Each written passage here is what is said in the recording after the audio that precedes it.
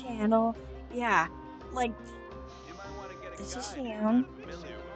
I I still have so much realized to learn about I human realized interactions. Like I realized when I rewatched the recording I uploaded it without audio. I was like, oops. But yeah, now that is fixed. So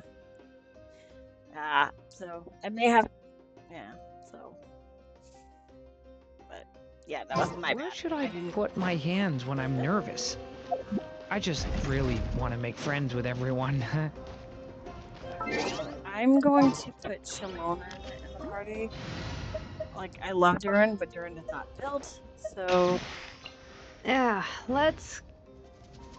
yeah. So so do I have oh can I not craft any? Yeah. Her build of the worker parts is like yeah. So but yeah. Okay. Let's see. So, because I made our Latino, which is why I got Durin in the first place. So, yeah. Okay. Okay. So it seems like it's down here.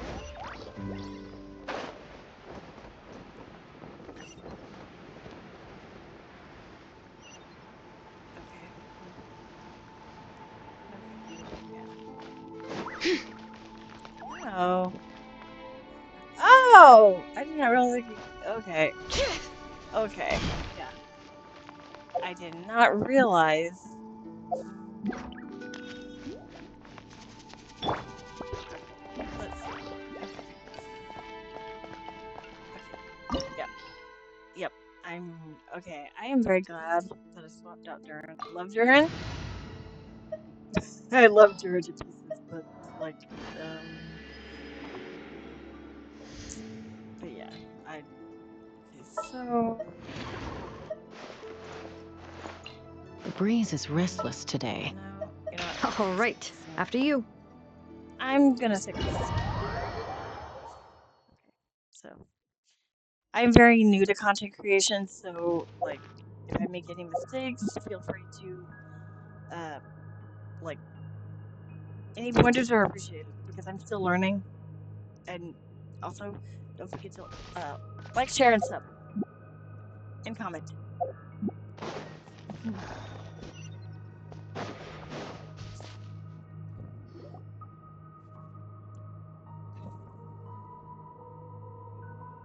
Are these people? Judging by their clothes, they appear to be phantom Hyperboreans from the distant past. That could mean they have some clues about the moon goddess's name, right?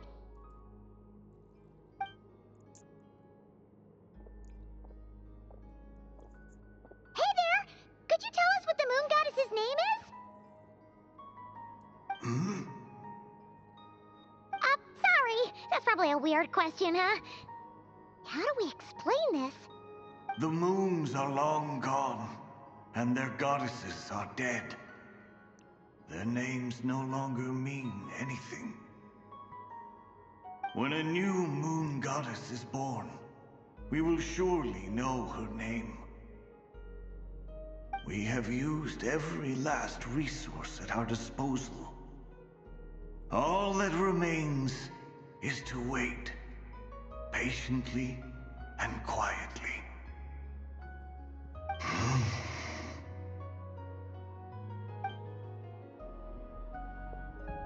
Were the people of the past all this devout? It looks like this phantom doesn't intend to converse with us any further. Surely the new moon goddess he speaks of must be Columbina. Alas, Kuthar's birth came long after the age in which he lived. Salvation did not come. But, maybe if we find a phantom from a more recent age, they might know Columbina's real name. True. Keep an eye out. We should be able to tell which era they're from by the clothes they wear. True. Keep an eye out. We should be able to tell which era they're from by the clothes they wear. Well, nothing to say on the matter? Yeah, you've been pretty talkative this whole time. What changed? Oh, nothing. I'm fine. You all make good points. When the Hyperboreans speak of moon goddesses, they mean the three from truly ancient times. I can't imagine they would know anything about our current moon goddess. There once was a time when the moon goddesses blessed them greatly and protected them from harm. So, when the war between the gods and dragons plunged the world into chaos, it seems they looked once more to the moons for help, praying for a new goddess to be born. Yeah, that checks out. Let's continue on. Who knows what else we may discover? Okay. Okay.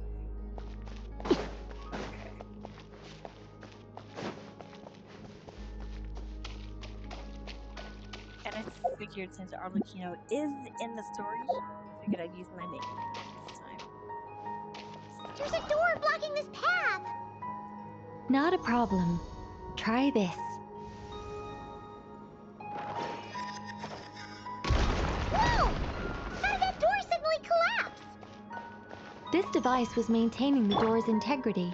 Remove the core, and the device stops working. Please, Irving, do we get to explore this? Is this our destination? Impressive. Oh. More precisely, this is a device that will help us reach our destination. Let's go. We still have a long distance to cover. This is kind of why I wanted to save it for a separate recording,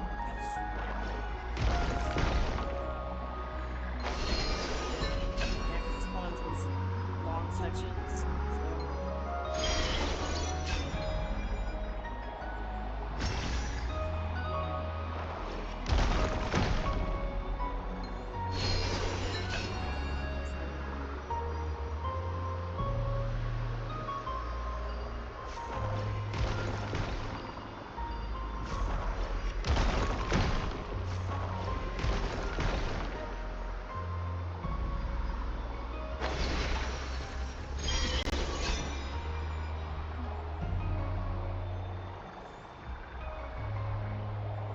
One of the things I've learned is never to. Yeah, my brain doesn't have enough HP. Yes, I know that. But yeah, The way ahead is blocked by broken rocks. Oh. Let's try that device again. Remember the door from earlier?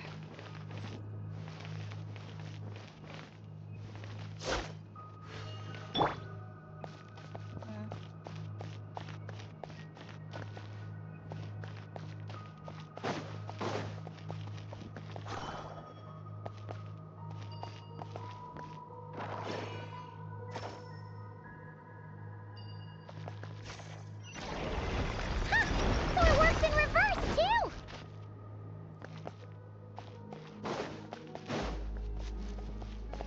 is there anything on either side of these? I see a door.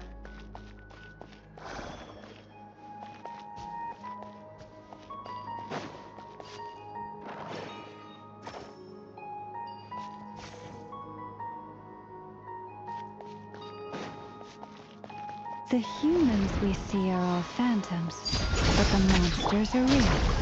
What a fascinating choice. There'll be plenty of time to admire it later.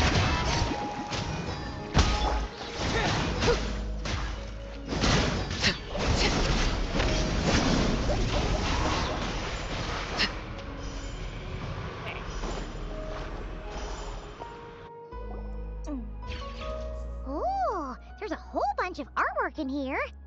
Seems pretty old. Nicole, this is probably your area of expertise. What do all these paintings mean? Let me see. To understand these murals requires some knowledge of the history surrounding the War of Funerary Flame. I shared a little of this with Lauma before. Yes. I think I follow. The dispute between the Moon Sisters, the transformation by Nibelung. Sounds like a long story. Oh no, it's no trouble. I'd be delighted to share the tale again. Alright then. Tevat's 3 moons and their goddesses were brought into being by the will of Nibelung, the then ruler of Tevat. But when the heavenly principles came, they changed the world completely, down to its very foundations. The moon goddesses were nowhere near strong enough to challenge this entity. But the heavenly principles did not view them as heretical entities that had to be removed. Essentially, the 3 moons existed to keep this planet alive and operational, which did not directly conflict with the heavenly principles' aims. Nevertheless, the inherent precariousness of this arrangement would soon be revealed. Nibelung returned. Yes. He did, and thus began the War of Funerary Flame, a battle for dominance between Nibelung and the heavenly principles. Discord would soon emerge between the 3 moon sisters. One would voice the opinion that they should follow Nibelung, for it was he who first hung the moons in the sky. Another would argue that taking sides in the conflict would only bring the world closer to ruin. There was no telling where it would lead, especially since their creator had returned, bearing the perilous power of the abyss. Nibelung would eventually discover their disloyalty. He had all 3 imprisoned before transforming the moons into weapons with which to fight against the heavenly principles. What? Weapons? Yes, the very moons that had once defended the planet became instruments of death and destruction, striking terror into the hearts of all living things. And although the heavenly principles and the 3 moon sisters had once been at peace, it now seemed that the moons posed an unacceptable threat to Tevat. It is possible that the heavenly principles did not know of the goddess's imprisonment. If so, the weaponization of the moons would surely have been viewed as an intentional breach of the peace agreement. What happened then? Regardless of who knew what, when, the heavenly principles shattered 2 moons and flung the other beyond the skies. Whether the goddesses managed to escape Nibelung's captivity after his fall, nobody knows. But this much is certain. From that day on, the moons no longer belonged to Tevat. The rejection slowly drained their power until eventually they passed away. So that's the full story. You say the moon ceased belonging to Tevat from then on. Why then would Columbina be born here?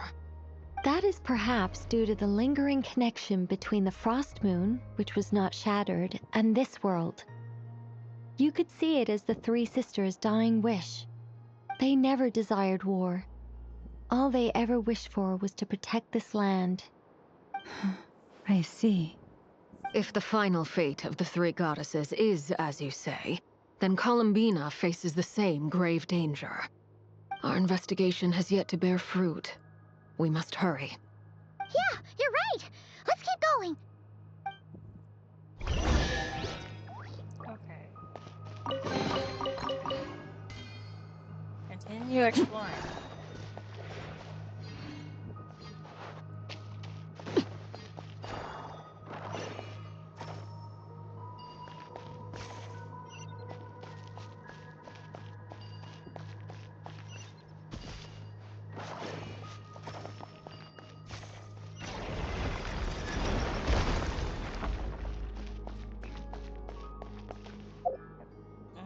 Right. No. And now the lowest fucking difficulty. Hell no. I'm no chicken.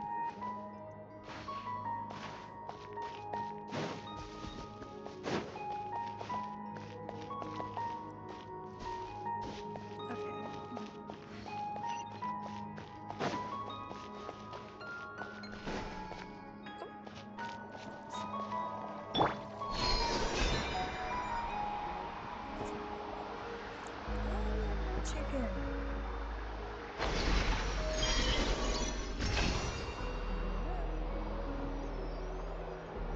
This is fun to do, though.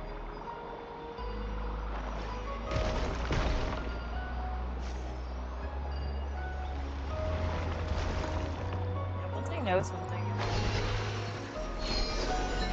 Hey, fun. I definitely thought I'm recording. But I need to unmute the video. Watch out! We're finally here. Guessing we'll need to activate this thing? Indeed. I was a little worried about that at first, but as we got closer, I sensed that the Kuvaki within it flows unimpeded. It should be functioning normally. The only issue is how to activate it. It's looking a little worse for wear. What about the cores from some of the other devices we've seen? Can we repair it using those? In all likelihood, yes. I imagine that would have been the Hyperborean's backup plan. Let's look for some cores. Okay.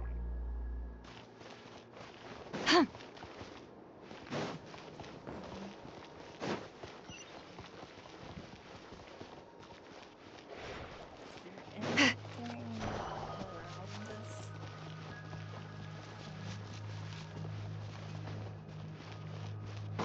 Yeah.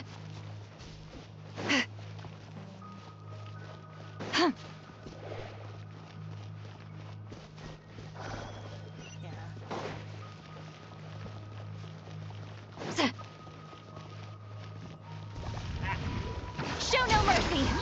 Hello. Overrule! Fulfill our pact! Just a little.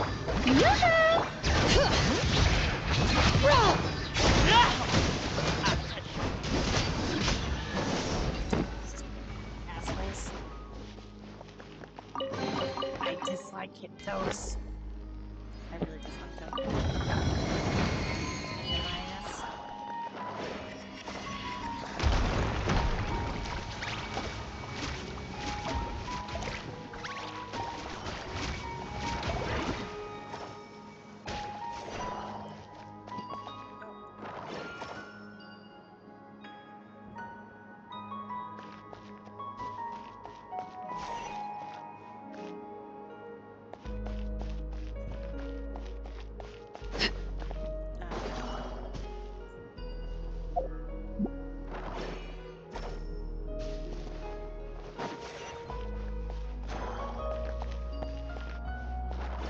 The fuck?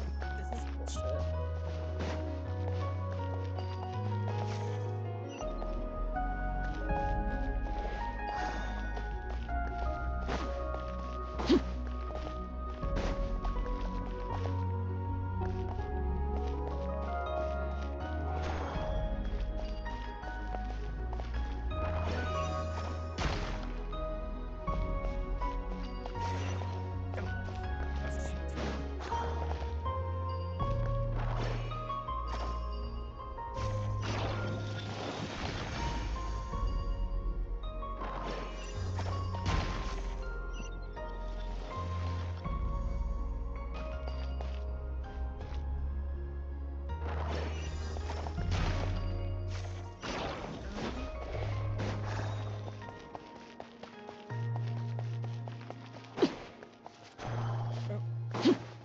I'm an idiot. Come here. That's it. Come here. Come here. Ah. But.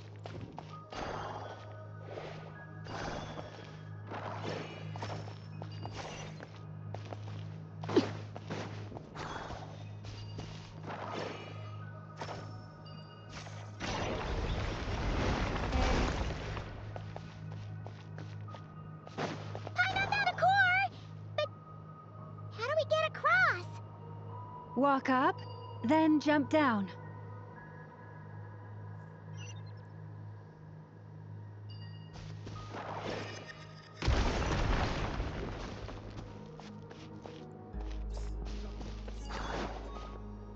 Oh, whoops.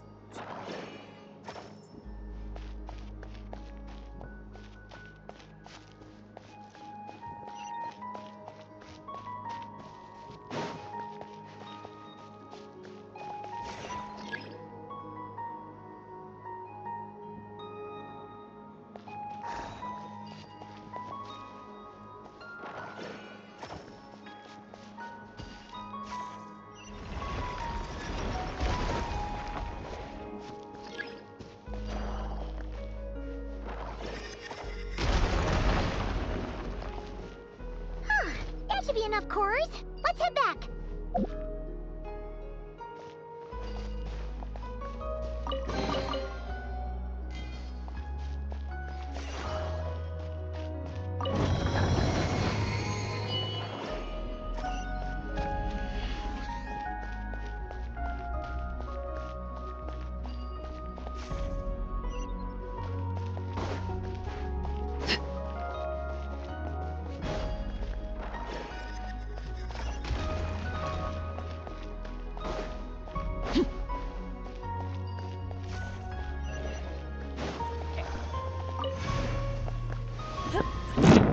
The device is up and running.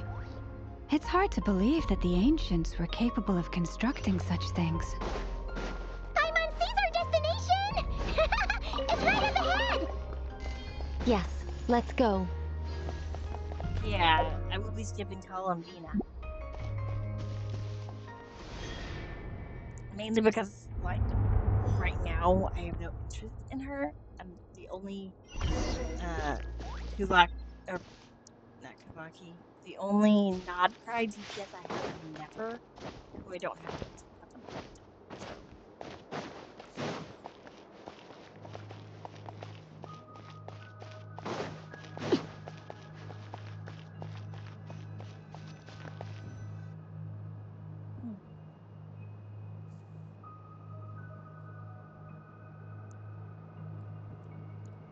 This is where the people of Hyperborea communicated with the moons. We need only place the moon marrow upon this platform on Moon Prayer Night, and we shall be able to open a portal to the moon and send our moon goddess back home. The assumption being, of course, that we can find her first. The moon is beyond the sky. That's right. You want to know if it's safe there, don't you? Exactly. It might have been corrupted by the And abyss. yet, she has no choice but to return. You know this.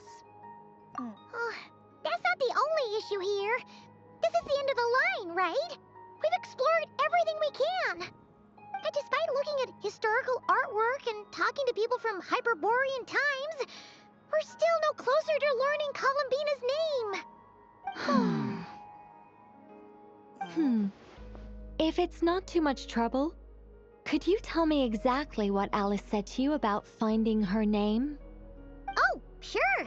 What she said was... Then your first job is to find it. As a moon goddess, I'm sure she must have a name she identifies with. Neither Columbina nor Kutar is her true name, and she's never really accepted either of them. Is it not also possible that she has never had a true name? Not at any point in history? That would be a hard pill to swallow. But at this point, we may have to accept that that is the truth. No one knows how she came into being, and she certainly doesn't have parents in any sense that we're aware of. Perhaps she was never granted a name at all. But does that mean there's no way to get Columbina back? She's just gonna disappear and there's nothing we can do about it? Huh? Wait, why all this pessimism? Was it the way I phrased this question? You all seem to be taking this in completely the wrong way. What do you mean by that? Well, just because she's never had a real name in the past doesn't mean she can't have one now. What? Think about what Alice said again. She never once said that you'd have to find a new name, did she? Are you saying what I think you're saying? You want us to grant her a name? Yes. Names are anchors that connect us to the world. If she doesn't have one already, then all we have to do is create one, no? It's like... Oh god. Yes. Traveler, when you first arrived in Teyvat, do you think you would have turned around if someone behind you shouted, "Hey, Tumaini"? No, I But what didn't. about now? I understand what you mean. Life is a long journey. Even the friends and family by our side can change over time. When people call you by different names, What matters isn't so much the words themselves, but what they symbolize. And of course, whether that resonates with you. Ether. Oh. So, close your eyes and picture the moon goddess in your mind. If you were to call out to her in this moment, what would you say?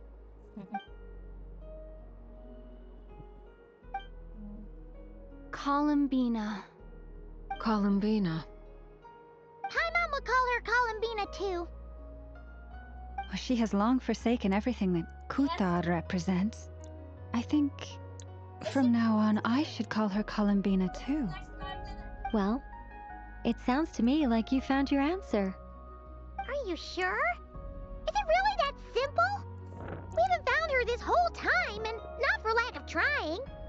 For a journey like this, the process is every bit as important as the outcome. Not wrong.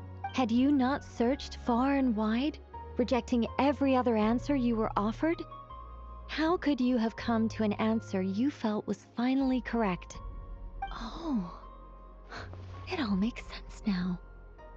This has Alice's fingerprints all over it. Are you suggesting that Mage knew from the start that Columbina never had a real name to begin with? I can't say for sure. But I can definitely imagine her chuckling in satisfaction somewhere right now, saying, "Ah, what fun." Ah, Llama, your antlers! You should hurry. The festive moon has begun to rise. Oh boy. Do not worry, for when you called the name Columbina just now, I could sense that the power within was enough to summon back the moon goddess. The power within what? The name? Yes, so, the thing is, uh, What's wrong now? this is so annoying. I really want to explain how that whole thing works. Starting from the founding principles of Tevat and... Oh, I could talk about this for hours. But... Deep breaths, Nicole. Deep breaths. You're an angel. A sober, sensible, solemn angel who has her priorities straight. Okay then. Sorry for asking. Clearly a bad call on Paimon's part. Anyway, you all need to hurry.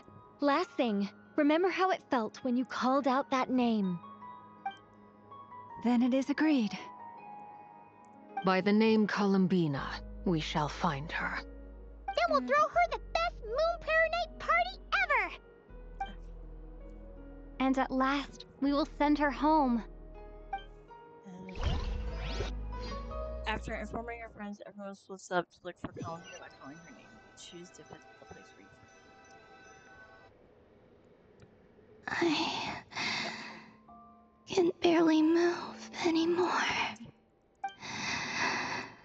My consciousness is fading away. Have they come back out? I'd love to see them one more time.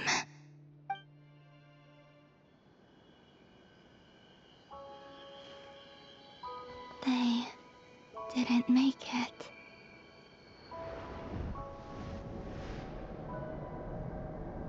Could you tell me your name? My name is... Columbina!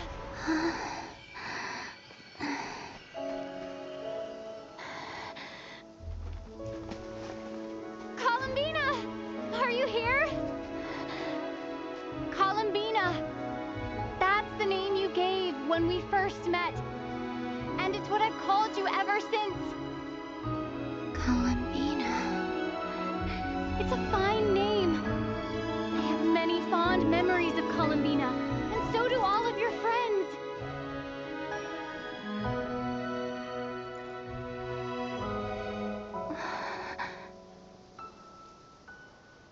If you like this name,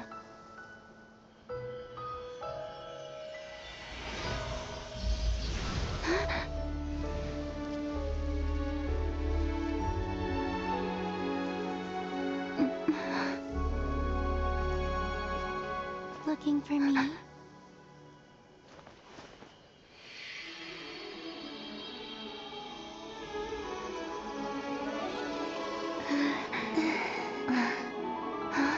I like it. You can carry on using it. My name is Columbina Hyposelenia.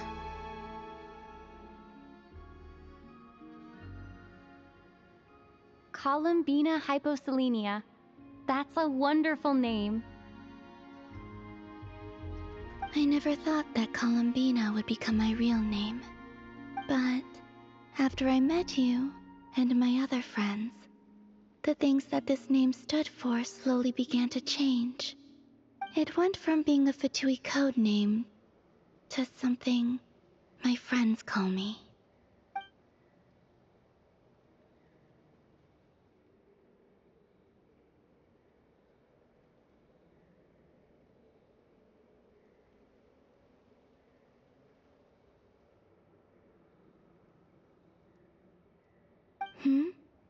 What is it? Why aren't you saying anything? I'm just so happy for you. Thank you. So, where's everyone else? We can go and meet them very soon. Everyone went to different places to try calling your name. Great. I'd like to thank them as well. Everyone's done so much for me. Searching for my name, entering those ancient ruins. Huh? Wait, so you were... Yes, I was there. Not physically, but my consciousness was still holding on. I followed you the whole way. Starting from when? You turned around and called out my name while you were in Nasha Town. Do you remember?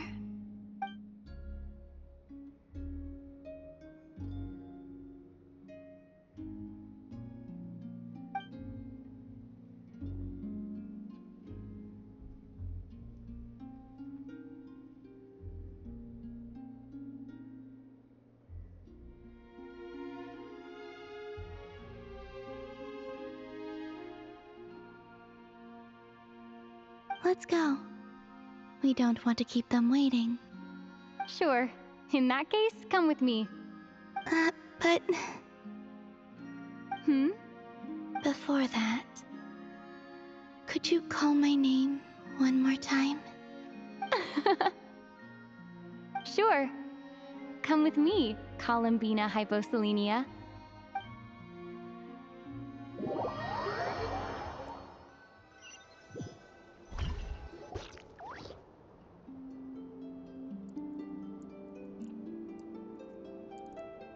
Columbina spreads the good news to your friends by way of small animals and Kohinki.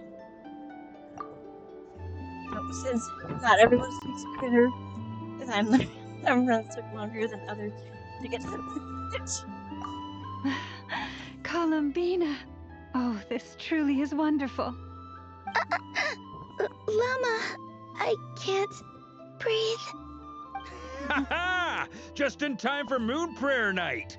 It's good to have you back, Miss Columbina. Yeah, we were worried sick. Thank you, my friends.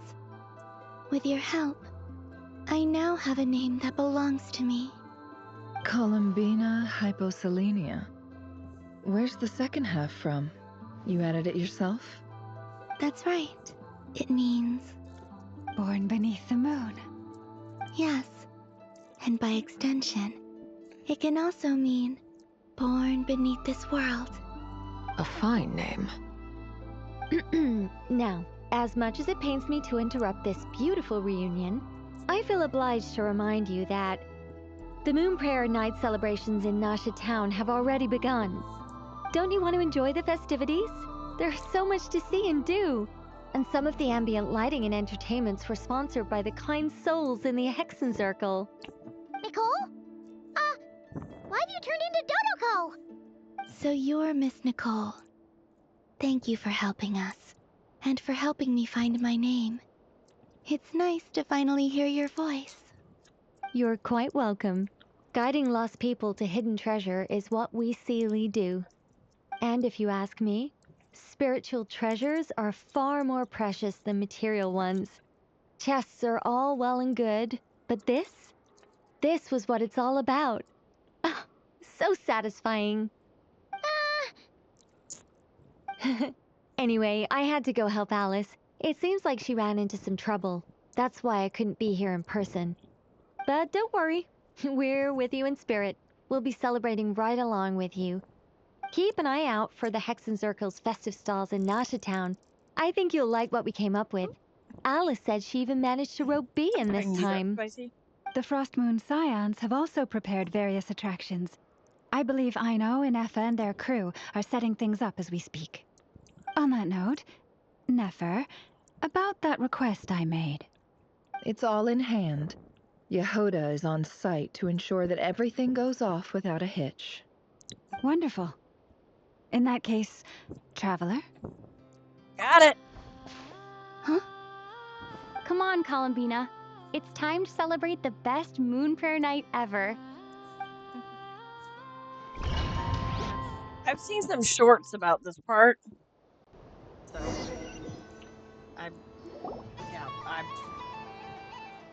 I ordered food.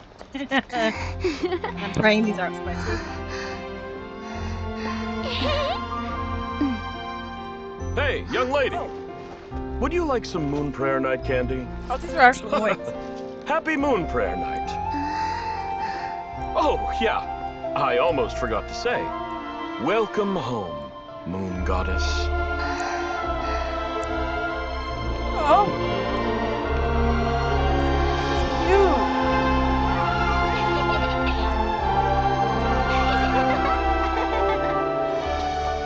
Welcome home, Moon Goddess. Welcome home, Moon Goddess. Welcome home, Moon Goddess. Turning Nasha Town into her home is a festive gift. A rather brilliant idea. Perhaps this is what Nodcry, Columbina's home, should have been like all along. Ooh, hot. A little bit hot. Thank you for the gift. I like it a lot. Yeah. Holy This feels like the surprise of my life. hot. Hot. Do you like it? I do. I never imagined I'd ever get to enjoy Moon Prayer Night with everyone so freely. If you're happy, we're happy. Quite a strategy you came up with. Hide the tree in the forest. It's not your usual style, Lauma. Is there something about Moon Prayer Night that enhances what's in your head as well as the antlers on top? Apparently so. It even inspired a perennial penny pincher to use their resources for a greater cause. It truly is a magical festival.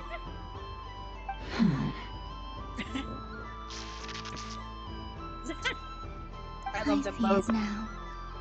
This bickering is actually a sign of a strong relationship. Huh? What's everyone doing here? Oh, Miss Columbina, you're back. Yes, I'm fine now. Thanks for your concern. How's your progress with Alice's assignment? Very well indeed. I've never heard her sound so excited. Isn't she always quite excitable? Not like this. This time her excitement seems more serious. Seems like she's had a major breakthrough. She said she'll contact us once she knows more. In the meantime, we're free to relax and have some fun. Enjoy the time off while it lasts. I have a feeling that our next task won't be so simple. Ah! I love both of them. I should go. I still have a few things to attend to at the Frost Moon Scion stall. And I think I'll take a look around. With any luck, this once-in-a-year festival will come with once-in-a-year opportunities. Hold up a second. Where's Varka? I believe he made a beeline for the flagship the moment he entered Nasha Town. Ah, that's Mondstadters for you. They know what they want when festivals roll around. Goodbye for now, Columbina. I hope you have a wonderful night. I will.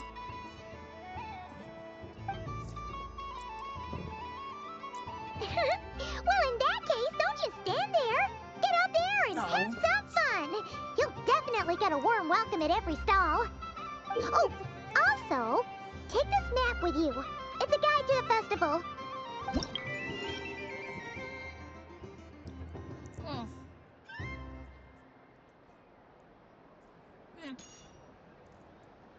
The Frostmoon Scion stall is over here. Lauma's invited a whole bunch of cute animals to celebrate too. Over there is the Hexen section. Alice seemed more excited than anyone about this festival, so she insisted on making it a grand affair. Oh, and then there's the Nasha Town local specialties, including... Actually, forget that. Better if you go check them out for yourself. Thank you. It looks like a lot of fun. Enjoy the Moon Prayer Night. You're not coming with me? We'll be around. But don't you want to browse by yourself for a bit first?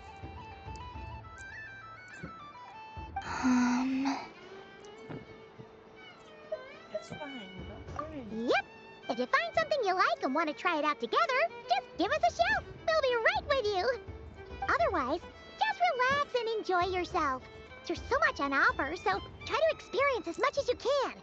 And don't forget to stuff yourself with all the delicious festival food. We'll probably run into each other while we're browsing. All right then. Off I go. Have fun. Where should I go first?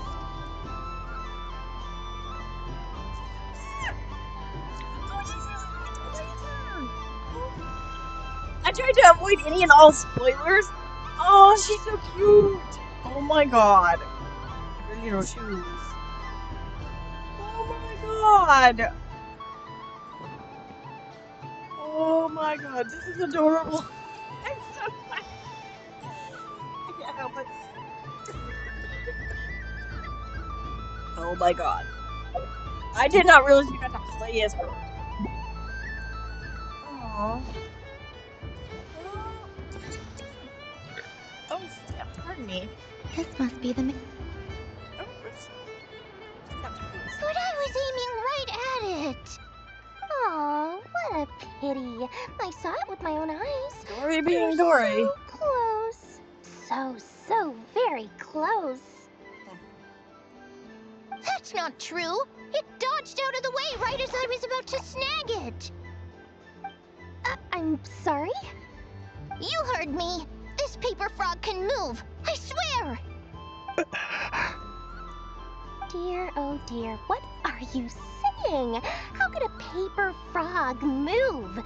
Unless you believe there really is magic in this world. But even if Oh, I, those the are mere semi-Alonka humble merchant dolls. that I am, knew such magic, surely I would not use it on a paper frog. I'd sooner give Mora legs, so it could walk right into my purse. My dear, dear customer, why not have one more try? This time I'll give you 12% off, a very generous discount for one of my most regular customers. Just think about how much experience you have under your belt now. You're sure to win the next one. Darn, I used up all my coins. I'll be right back. Just gonna fetch some more from my house. Take your time, but don't take too long. This event is Moon Prayer Night only. Miss it, and you'll have to wait a whole year before I'm back. Next customer, please. Welcome.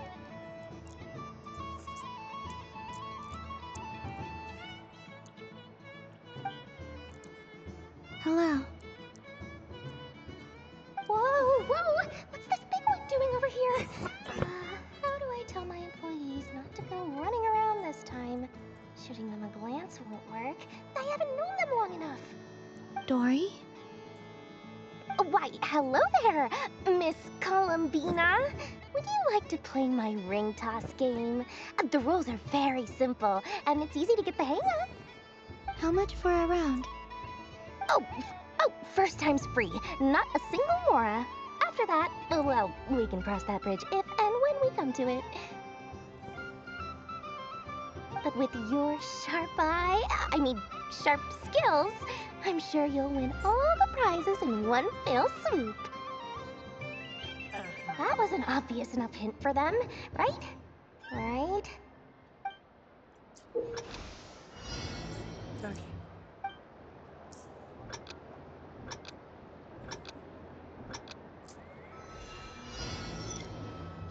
Here comes the ring!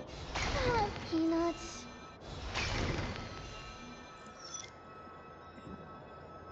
Change tracks! Roselle, should we move or not? Just a tiny bit. All right, then I'll... Oh, sugar plums, not the clock hands. How do I move the legs again?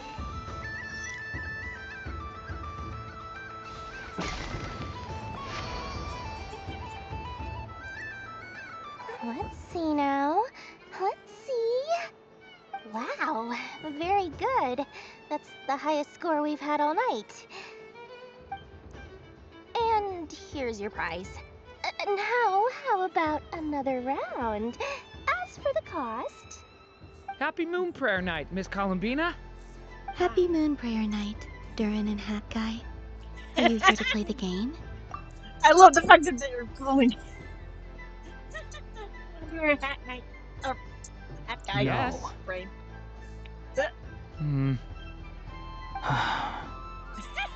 You said we were just coming here to say hello. I did, but then I recognized a few more people as I got closer. Do my eyes deceive me? Is that... It's our little dragon. He's all grown up. Someone's popular. Well now, since you came all this way, why don't you try out this lovely game we have going? First try is free. He'll have a go. I'll pass. It's only one free try per customer. You can't give your try to him. I'm aware. How has Elder Almond been lately? He's in great shape. He goes for a run in the forest every morning to stay fit and healthy. He tried to go boat racing with Firecracker a while back, but he couldn't even make it onto the Lotus Leaf. Firecracker was in fits of laughter. How about you, little dragon? Can you still fly? Yes, I can. But you've become less chatty. Has growing up been tough on you? We call that maturity. You know, the thing people sing about. The knight wields a sword of stone to defend those hearts that are made of gold. Stone is very heavy. That's what keeps them from talking too much. That's awesome! I want to be a knight when I grow up too. Ring, here I come!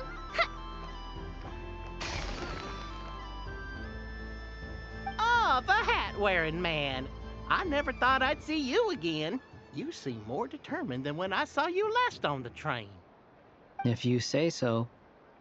Oh, I do say so. The people you once helped see it clearly. It's because you are once again on the right track. May the engine in our hearts propel us to the station of our dreams. I can move! I can move now, Roselle! What are they doing, running into the rings like that? You got them all so quickly!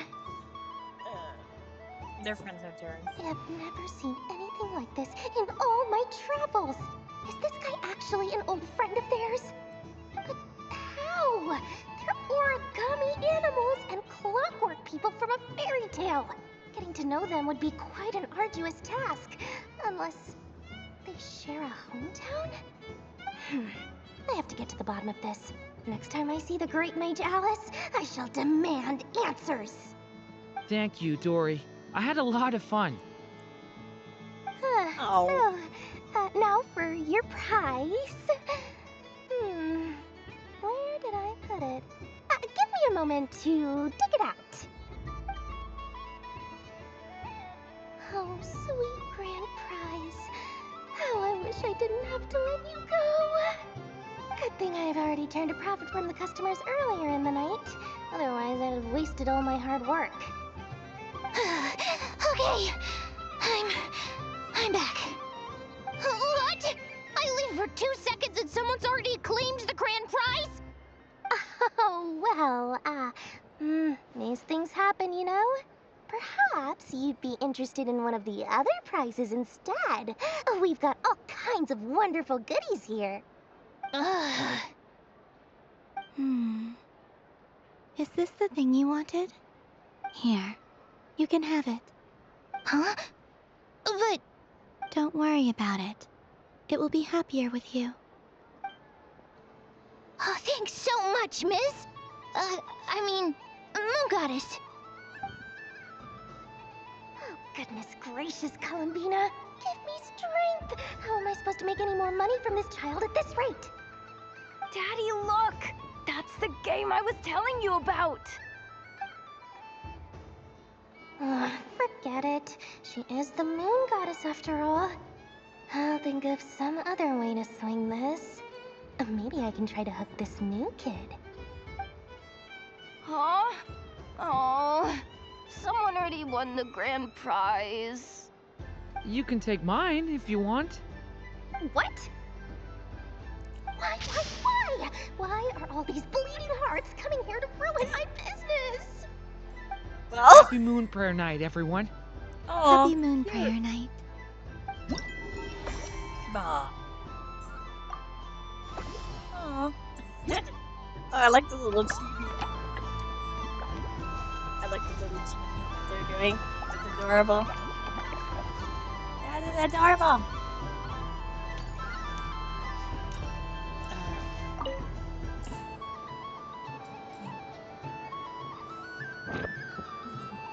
I wouldn't say it's unfair, exactly. I mean, your voice goes right into people's heads. How would you explain that to the kids? You can't just explain it away as magic. Well, he's not wrong. Is something the matter? Ah, Miss Columbina! No, nothing you need to worry yourself about. Ah, impeccable timing. Stick around for a second, Miss Columbina. I need your input on something. This self-proclaimed Knight of Justice has yet to give me a satisfactory answer. I, for one, would like to hear your verdict on the matter. Hey, now, I left the flagship just to help you out, Miss Nicole. What's going on? So Alice and I are both using long-range remote control spells that work on similar principles, allowing us to attend this festive fair in Dodeco form. Sorry, let me backtrack a little. While similar, there are some key differences. Alice, being a great mage, wanted her Dodeco to reflect something of her own charm and mystique. So she adjusted the way its tail moves when it spins around. An entirely gratuitous move, in my opinion. I hardly see how anyone is going to notice that.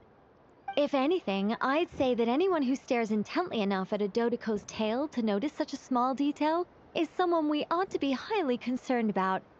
I only say this to emphasize that my question has nothing to do with tails. Now that we're clear on that, why is Alice's Dodeco permitted to interact directly with the children celebrating Moon Prayer Night, while mine is not? Your voice speaks directly into people's minds. See? Exactly what I said. I wonder.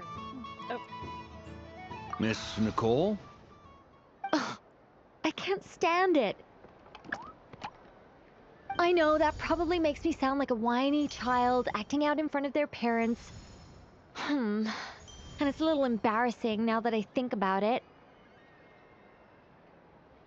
But hey, I've said it now, I can't take it back. That would be even more embarrassing. Also, don't go reading too much into that analogy. It was off the top of my head. I'm actually an awful lot older than either of you. Miss Nicole, are you saying that you'd like someone to play the game you've prepared? I'm not so invested in that.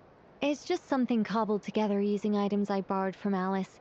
She probably didn't even make them herself. The point is, I want to know everyone's thoughts after they receive their prizes. But as you've said, I can't just ask. I've been biting my lip for so long, and I've had no one to vent my frustrations on. I thought this was going to be a nice, straightforward festival where I'd get the chance to guide people to treasure. Well, can I play? I can't guarantee that I'll win a prize, but You will? I'd like to try. Then what are we waiting for? Let the game begin! It's like they forgot I was ever here. I love Marco. I mean, honestly, I may say for him because I got Durin, who is the character I wanted. Because, like I said, I main Arlecchino, and I needed a character with no circle impact, and I did it. So, because I love Bennett, but I just don't like the fact that yeah.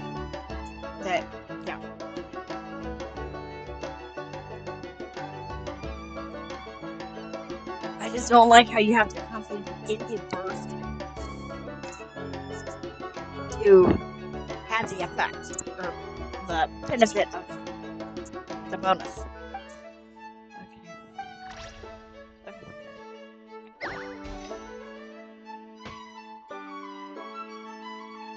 That.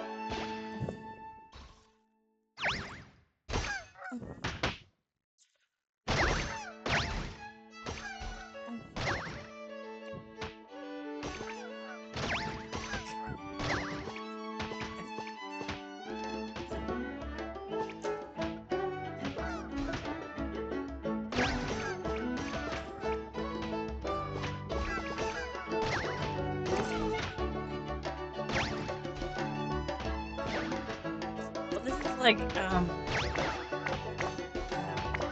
what I was playing earlier.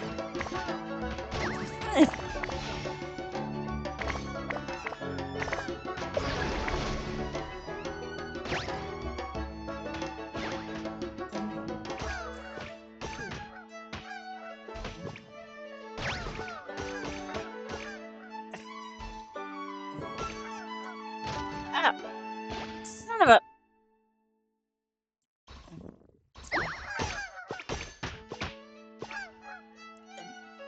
Is that like chicken feet?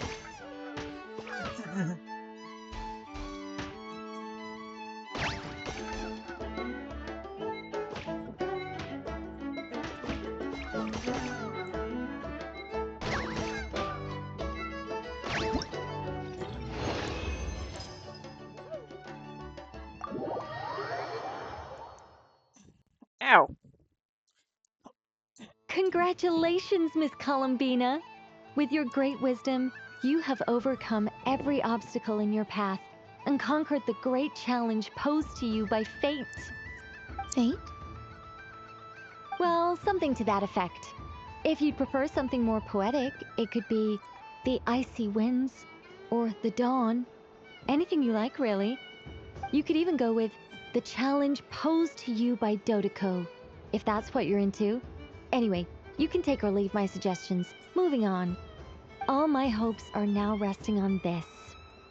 Can I open it now?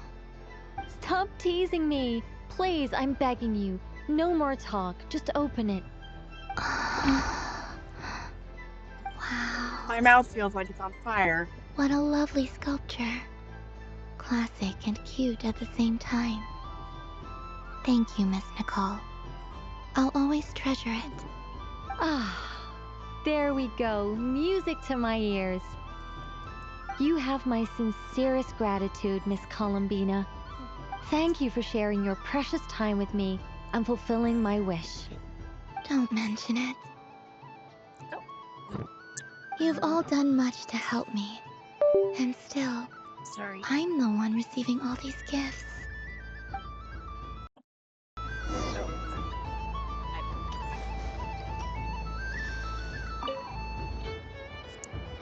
Welcome home, Moon Goddess. Oh, you're the genuine article. Alice was right. This Moon Prayer Night was worth watching after all. Another one that talks. Greetings. Pleased to make your acquaintance. I am the Hexenzirkel member they call B. Barbeloth Trismegistus. Columbina Hyposelenia. Pleased to meet you too. Huh. That's a long ass name. Hyposelenia. A fine That's a long name name, though. indeed. I hope they Now didn't then, Columbina. Miss Columbina, do you wish to hear a mage's divination? Divination. The Frost Moon Scions used to ask me what would happen in the future. Is this like that? From the perspective of the one seeking answers, perhaps. As you look to your journey ahead, if you seek to understand the unknown, resolve your doubts, and soothe the confusion in your heart, divination could be for you. The unknowns on my journey. Of course, if one wishes to peer into fate, then hydromancy is the more precise option. But that is a complex affair, and to relegate that majestic art to the status of a festive amusement would seem somewhat uncouth. Besides, it is sometimes better to not know fate with great certainty. Hence, I shall use the suitably festive Luna Arcana to tell your fortune instead. It is more popular with the youth in any case. Lunar Arcana. Indeed. Unlike hydromancy, this will only display possibilities and trends. People like to think of themselves as creatures of agency and free will. Peering too far and too clearly into the future is detrimental to both body and soul. I'd like to give it a try. Of course you may. Come then, take a seat, Miss Columbina. Before we begin, are there any specific questions you would like to ask? Let's stick to general possibilities and trends, like you suggested. Ah, very well. Then I shall use the basic Lunar Arcana deck. Now, try to relax. Cast your mind upon the things you have experienced and the things you are soon to experience. I will shuffle the deck. Would you like to cut the cards yourself? You do it. No problem. Now then, to make things easier for the seeker, that is to say, you, I shall decipher the cards from your perspective.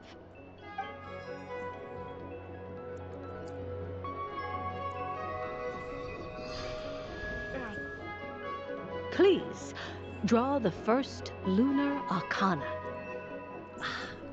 This represents destiny and is the foundation for the divination as a whole. Now, draw your second card. This will stand for the past, the sum of all your experiences that have come before. And now the third Arcana. This is the present, your interpretation of the current moment. Finally, the last card. This shall speak of the future, which... Oh. Kuvaki Pulse? Fascinating. I've never encountered this before in my role as a diviner. Something has exerted an influence upon this card, causing it to leave its designated position. What do you make of this, Miss Columbina? Perhaps this is the guiding hand of fate in action. Of course, if you wish, you can choose to deny the validity of this card and draw the future for yourself. No, it's fine. Let's go with this one. A bold decision. I must say I'm looking forward to the results. Well then, let us flip the lunar arcana in sequence and see what emerges. Oh god, my mouth. First, destiny. No surprises here. The card that represents yours is the moon. The moon. Indeed. The moon can represent the truth at some times, but deception at others. False peace, destructive calamity, and the world-changing power that lies within. When the moon is placed on the destiny tile, it indicates that your destiny is not what it may appear on the surface. Instead, it may yet have a hidden side. It symbolizes a journey through the fog, fraught with uncertainty and deception, where one must face inner challenges head-on. I don't understand. Patience, my dear. This is but the first card, which serves as a basis for the interpretations that follow. Our divination will only grow clearer from here on out. Flip the second card, the one that speaks for the past. Ah, the Hermit, but inverted. Inverted? Yes. The Hermit symbolizes solitude, introspection, and the pursuit of truth. When inverted, it represents isolation, truth out of reach, and a path that leads one astray. Combined with the moon as one's destiny, the Hermit inverted represents a choice you made to stand alone in the past. It was a choice made not out of but for reasons that others could not perceive. You fumbled through the darkness without a guide, but you did not find your way. Rather, you went astray. More than once, it would seem. Is this about how I became Kutar despite not wishing to become a god? And how I joined the Fatui because I yearned for a place to belong? I suspect only you know the answer to this question. All is not lost. The past is in the past, and so it shall remain. Shall we look into the present now? Oh my. The Lovers. One of the most interesting Luna Arcana. What does this one mean? This means that you have had an unprecedented emotional experience. The joy of finding your soul becoming intertwined with that of another. A precious and wonderful thing indeed. It's true. I've made a lot of friends recently, and they are very good to me. I like them a lot. That sounds lovely. I am most delighted for you. The Lovers can also represent important decisions, perhaps related to a parting of ways. Now, if I were to guess... Yes. My return to the moon. I understand. Parting with friends is never easy, Columbina. But rest assured, this is not the end of your journey. There is always another story waiting to be told. The future always lies ahead. The future. Well now, it's finally time to flip this most mysterious of cards. Why did it appear? And what does it wish to tell you? I'm ready. Very well. Flip this card and see what lies on the other side. Oh. Miss Barbeloth? What is it? This card is death. That doesn't sound very good. It depends on how we interpret it. It is true that it can represent an agonizing death, a complete and utter end, but at the same time, It can also represent rebirth. Do not forget that your destiny card is the moon. That lends your future many different potential meanings. If death spells the end, is it unavoidable? As I have said, divination can only display general trends. It is a rough guide, but it does not show predetermined outcomes. Allow me to summarize it for you. In the past, you may have lost your way, but now you have gained new connections and new strength. You now face an important decision, one that may bring about a great change in what is yet to be. This change might, in turn, be the end of all things, or their beginning. But remember, everything is subject to change because of the moon present in your destiny. See the truth clearly. It's your inner. The truth. My inner thoughts. Come on, stop it. Don't mention it. Some people dislike divinations, glimpsing into this story that they wish was not so. But I can see that you're different. The result of this divination will not sway your decision. This is a rare quality, and one that diviners always hope to see in the seeker. We are here merely to guide, not to exert undue influence. I understand.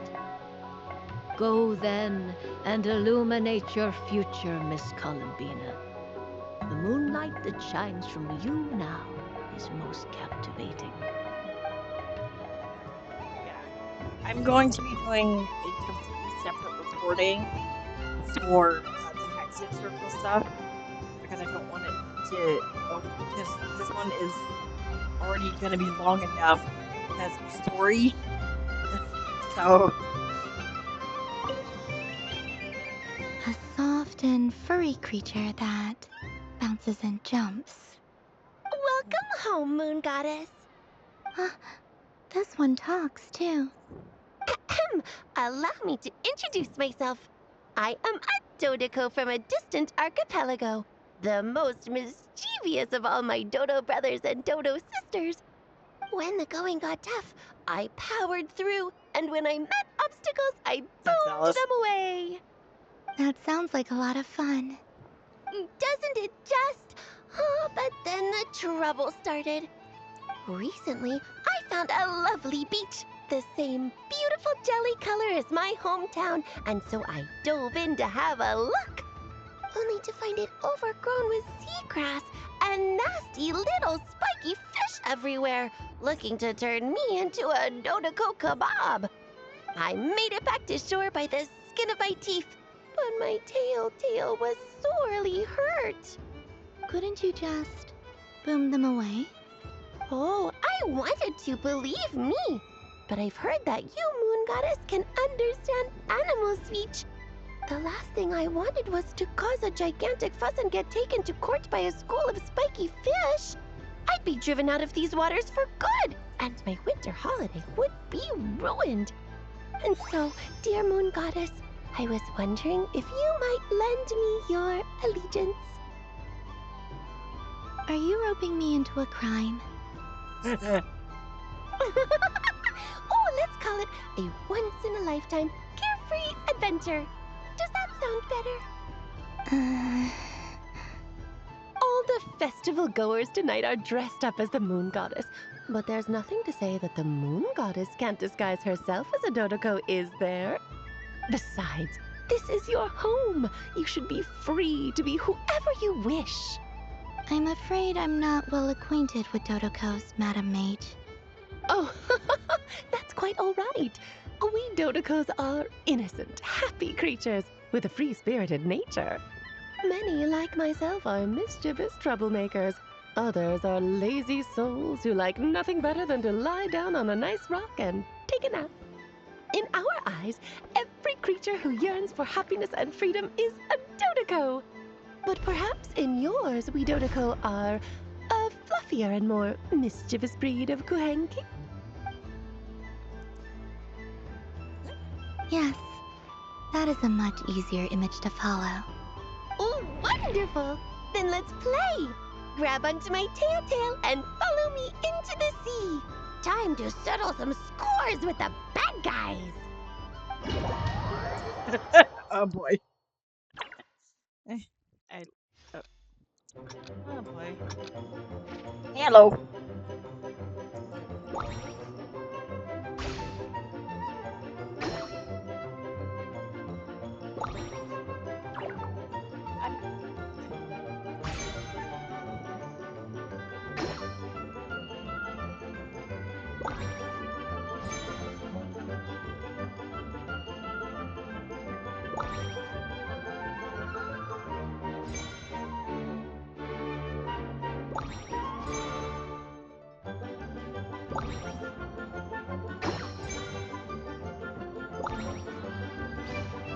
Ah!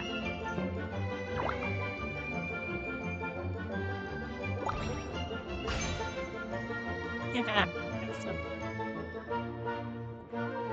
I messed up.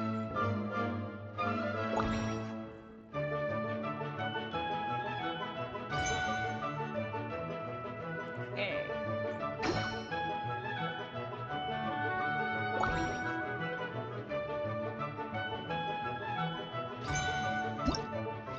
Yeah. Ah. Ooh, a remarkable talent! So, what do you make of it? The use of Jumpy Dumpties doesn't come as naturally to me as Kuvaki, but their unpredictability makes it fun. I think they call this novelty. Indeed! And how did it feel blowing those pesky nuisances away? Not bad. Any guilt? What do you mean? Oh, wonderful! Lovely answers to all 3 questions. You've passed the safety test. Now I can give this special bomb to you as a souvenir. Remember, if you find any meanies living on the moon, you can use this to boom them into oblivion. I will. Aw. I need to. I'm sorry. I need to screenshot this. It's just too cute. A lot of screenshots. Oh. Okay. Okay, so I'm gonna wait to claim these. Just till I do everything.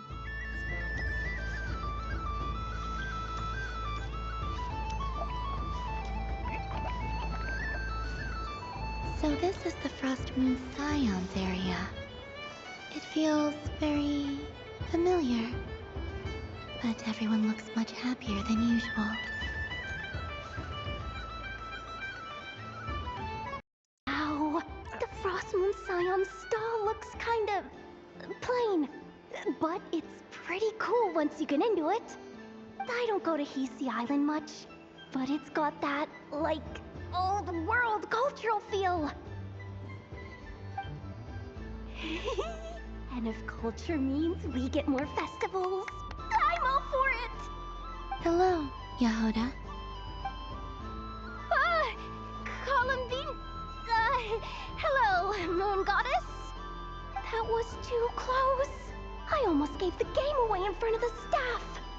Oh, wait. What's the deal with her shoes? They don't make a sound when she walks. I could do with a pair of those. Do you like balloons too? Balloons? Oh, you mean those? What's so fun about balloons? I'm not a kid anymore.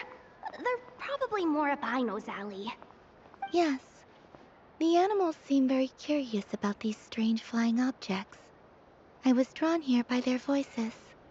I recently learned a fun new game you can play with balloons, so I decided to come and give it a try.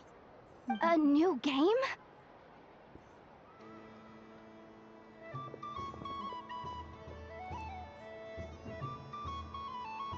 Hello. Welcome home, Moon Goddess. Here to buy some balloons?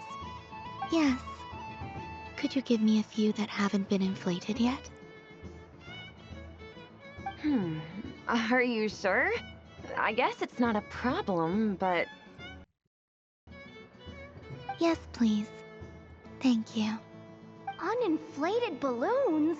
But those are just little rubber pouches. What does she want with those? Would you like to play the balloon game, Yehoda? Huh? Sure. I guess. How do you play it? Wait here a moment.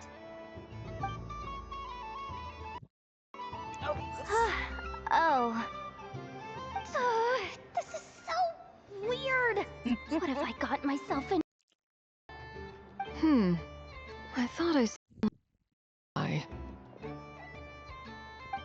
Uh-oh! That's the fourth harbinger! Oh, these good people, right? She looking for... Oh my god! Get out of here! I'm Sorry. between two harbingers.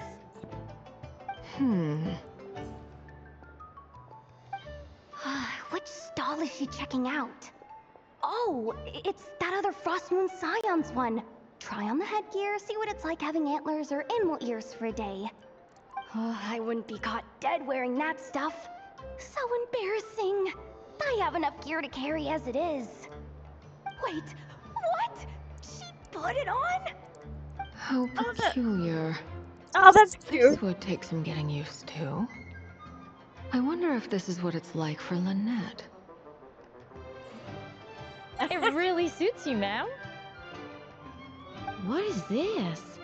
She was so intimidating a moment ago, but now, dang, she's really rocking those ears. How does she make them look so cool? I suppose I may as well keep them on for now. All part of the festive experience. She's coming this way. How do you do, Miss Yehoda? Oh, jeez. Don't talk to me while wearing that thing. Where am I supposed to look? Oh, hey there. I'm looking for Columbina. Have you seen her? She just... Huh?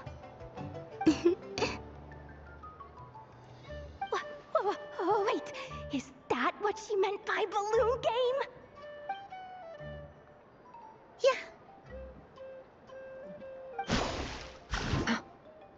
Huh? No fair! How come I get caught in the crossfire? An ambush from the rear? Is this a declaration of war, Columbina? Would you like to play too, Arlecchino? Seriously? Are they gonna start some beef right here, right now?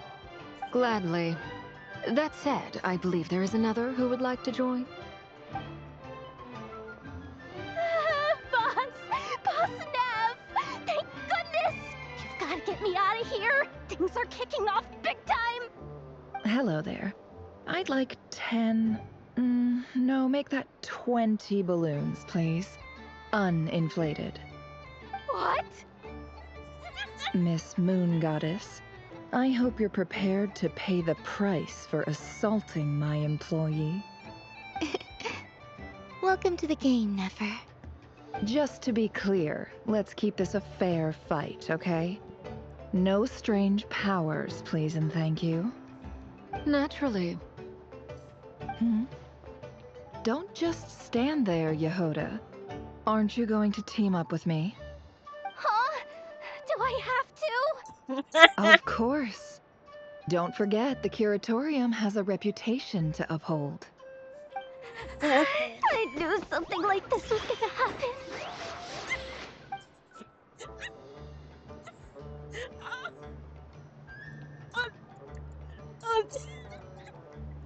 I am so going to make this my new home screen.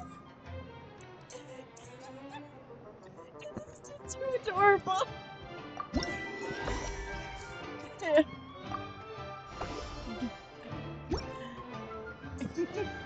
It is too. Oh.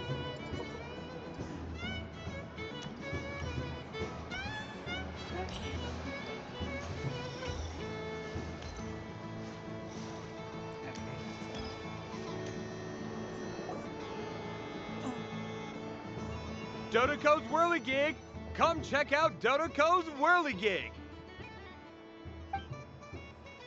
Ah, welcome home, Moon Goddess. That is not the voice I expected. Ah, it's a very special amusement sponsored by the great mage herself. Ride on a soft and furry Dodoco and embark on an unforgettable adventure. Aw. I say that, but I'm just following a script here. Who is this mage, anyway? And what the heck is a Dodoco? I'd like to ride. No problem. But, are you by yourself? Is that not okay? Oh, no, it's fine. It's just that each Dodoco can accommodate 2 passengers. Would you like to bring a friend along? My friends. That should do it. Now, we just need to get everyone else to draw something on it, too. But we gotta keep it a secret from Columbina. Traveler. Yeah.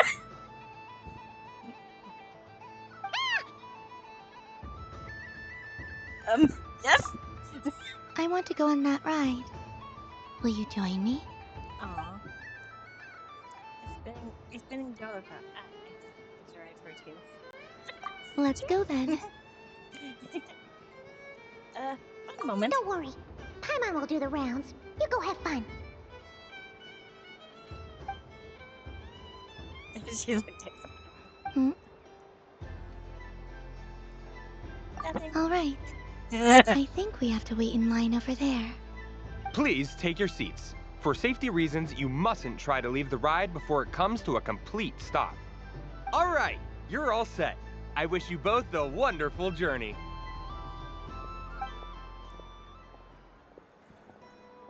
You can always rely on Alice's weird and wonderful gadgets. Not bad. It reminds me of riding a moon lane. Sometimes, the Kuhenki circle around me like this, playing their beautiful melodies. Oh, that sounds so sweet. Yeah. I'm going to miss them.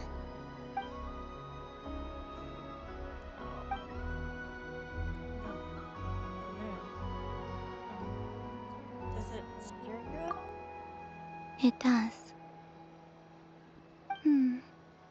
I've felt scared in the past, too. Aw. But this is a little different. You know something? I got to see a lot of fascinating things during my disappearance. I saw how the Frost Moon Scions act around their families. So different than how they used to act in my presence. And I also saw how they interact with their friends. It made me curious at first. Why do people act so sincere when they're worshipping gods, but save their truest, warmest feelings for each other?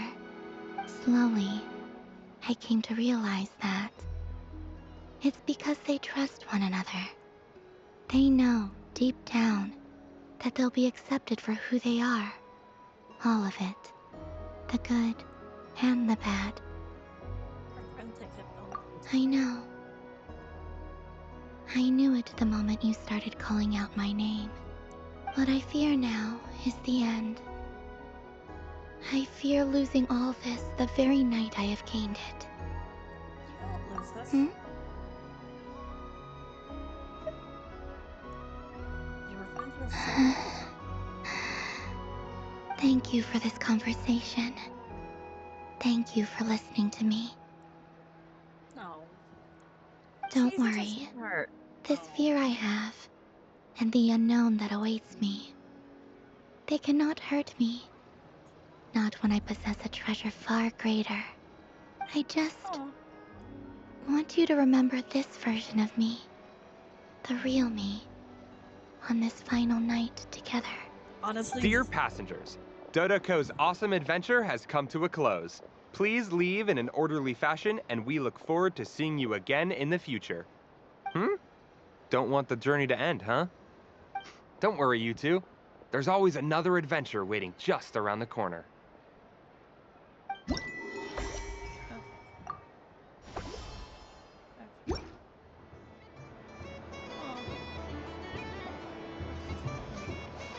Okay.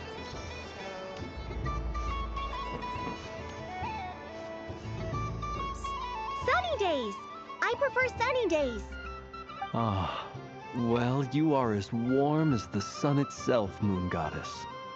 Very well. I believe your spirit animal has to be this most adorable chic badger. Wow! Thank you, Mr. Talking Magic Lamp. Have a very happy festival, Moon Goddess. The hell? Lance? That's you, isn't it? Shh. It's our little secret, my dear traveler in Paimon. Okay, sure, but why are you here selling sugar sculptures? Everyone celebrates in their own way. After gazing into the abyss and spending time around gravestones all year, what better way to relax than to see sunny smiles on the faces of the living? Besides that, I like to think of myself as a fair judge of character. I dare say matching personalities to confection suits me rather well. That's not what Paimon was talking about. Aren't you afraid that your true identity might be exposed? Should I be? There is all manner of magic in the air this moon prayer night, thanks to the work of the great mages. I see Miss Columbina is hiding in plain sight. Why should I not do the same? Why miss this rare opportunity to enjoy a special evening in my true form? Fair enough. You got a point there. People who don't know you will probably think you're just a talking lantern. Well, now that we see eye to eye, what brings you here? Not a search for your spirit animal, I presume? Ah, well, actually... Here, see for yourself. Oh, this is... How wonderful. A beautiful idea. Yeah, we just met Barca, and he said that having everyone draw their own section was kind of boring. So, he did your bit for you. Ah, Varka. Ever the maverick. I see his artistic skills are truly one of a kind. In that case, I shall paint something on Mr. Albedo's behalf in a short while. What? Why not now? Ahem. Welcome home, Moon Goddess. Phew, that was close. Hello, Flins. She recognized you right away! What keen eyes you have, Miss Columbina. Especially considering they are shut. I did not see you. Rather, I sensed you. I can sense the fluctuations in Kuvaki all around me. One would expect no less of the Moon Goddess. Might I interest you in some candy? Yes, please. Excellent. I shall make some for you right away. Something the matter, Miss Columbina? What about my spirit animal? All the other children carrying sugar sculptures are talking about it. Wait, is she taking the test seriously?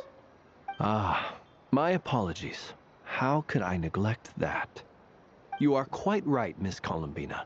Every one of us has a magical creature living in their heart. Would you permit me to help you find yours? Yes, please. Do you prefer the day or the night? Night. Which of the 4 seasons is your favorite? Winter. Think she of didn't a even hesitate. perfect day. What is the weather like? Sunny, rainy, or perhaps cloudy? Rainy in the morning, sunny at night. What kind of answer is that?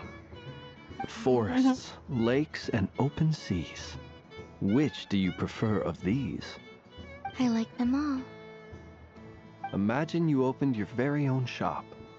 What would you sell there? Moonlight. I think. Wow! Paimon would totally shop there. How much did it cost? It wouldn't cost anything.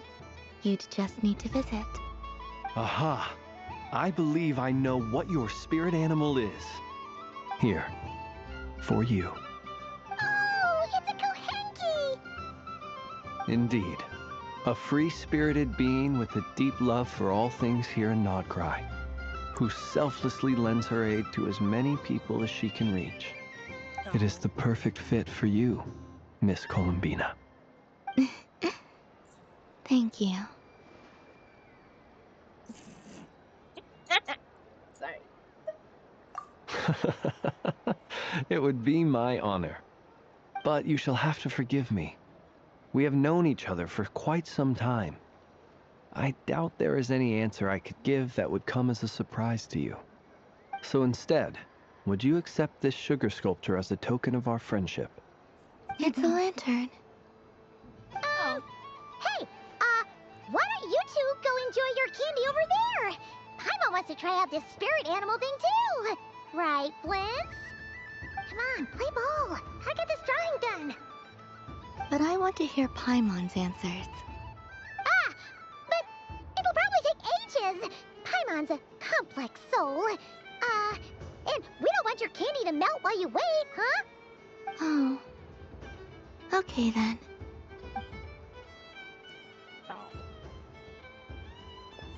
She's pretty. Phew. Nice excuse, Lady Paimon. That was some quick thinking. Yeah, no thanks to you. A little help next time?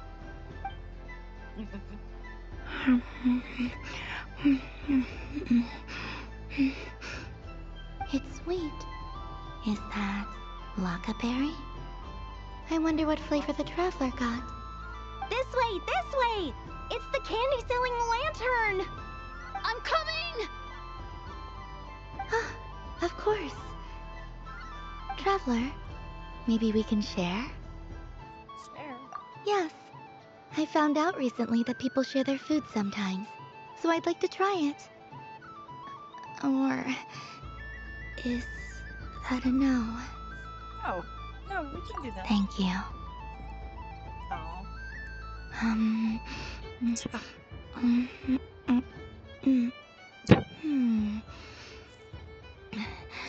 Yours is a little more sour than mine. Here, you try it. Amazing. My sugar sculpture has shrunk, yet my heart is filled with feelings of sweetness. I will remember this feeling. Sure.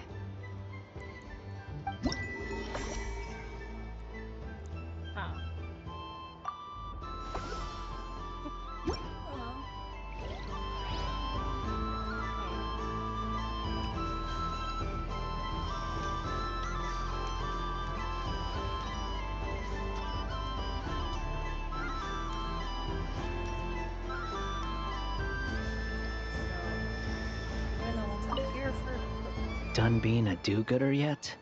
Thanks for coming here with me, Hat Guy. Are there any games you'd like to play? It's your turn to pick. I'll come with you. Why does that hamster think you've grown up?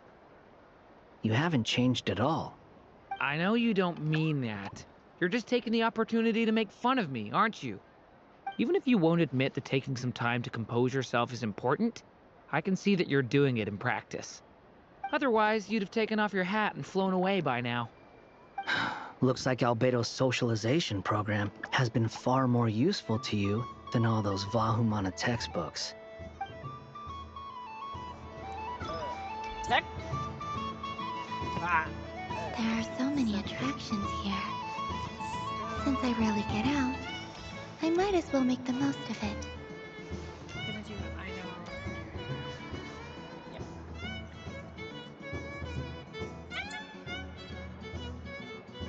This doesn't make any sense. How am I losing every single time?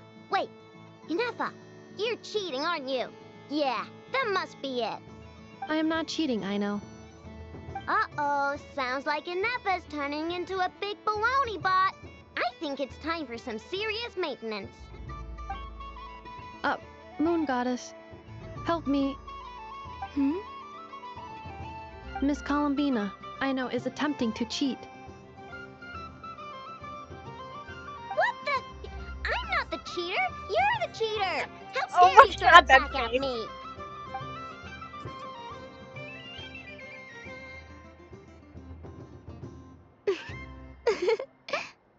All right, fine. Let's all laugh at I know.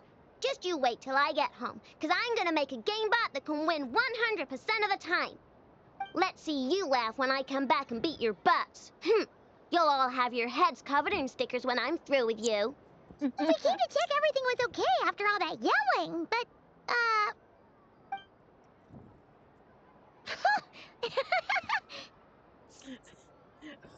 Whatever it is, it sounds like cheating is allowed. Kuhenki concentration. Each player starts with differently colored kuhenki. Each round, they draw one kuhenki from their opponent. When a player has two kuhenki of the same color, they make a pair and can be discarded. Any that can't form a pair must be kept. The round ends when a player can't form any more kuhenki pairs, and that player gets a sticker. Ooh!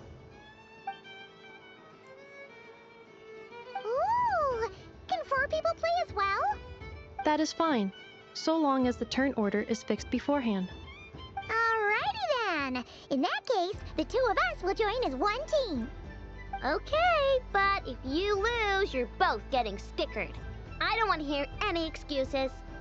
Sure. And if we win? If you win, only one of you gets to sticker someone else. I have taken to calling this. I know logic. Hey, lay off me, alright? Okay, so we're starting the game from scratch again, which means all my stickers so far don't count. Looks like Luonatar is the Kuhenki of honor for this game. Anyway, let's go clockwise, starting from Inafa.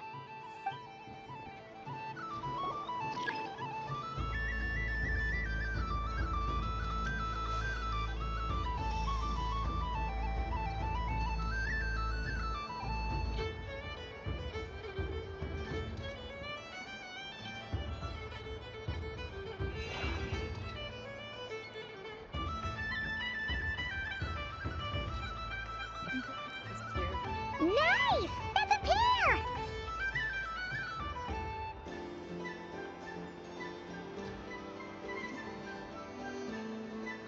Go, go, fly!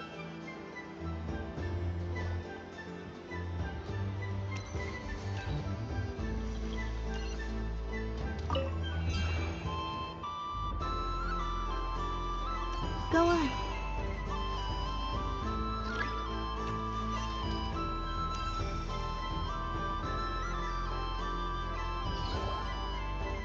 I have a pair.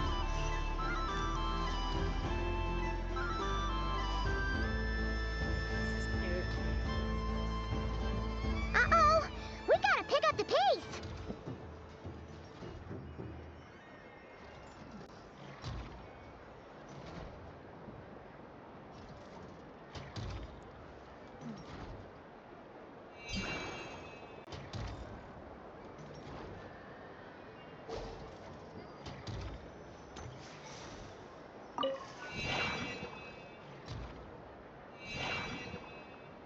I win.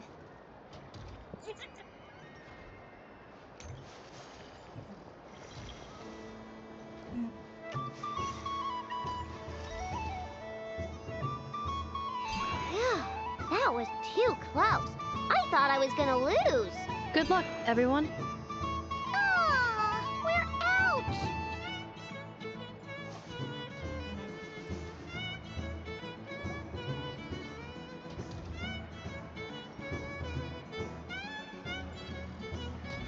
Let me pick a good one. What's it gonna be? You're looking very pleased with yourself there. What happened to being a huge Grumposaurus? I won. Duh.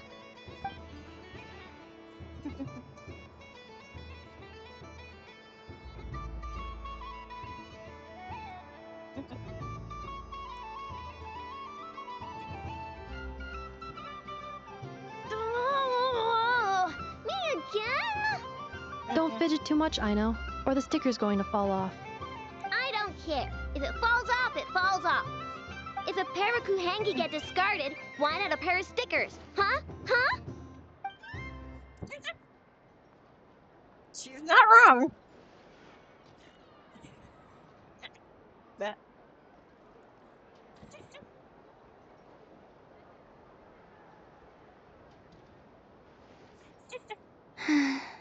I've lost.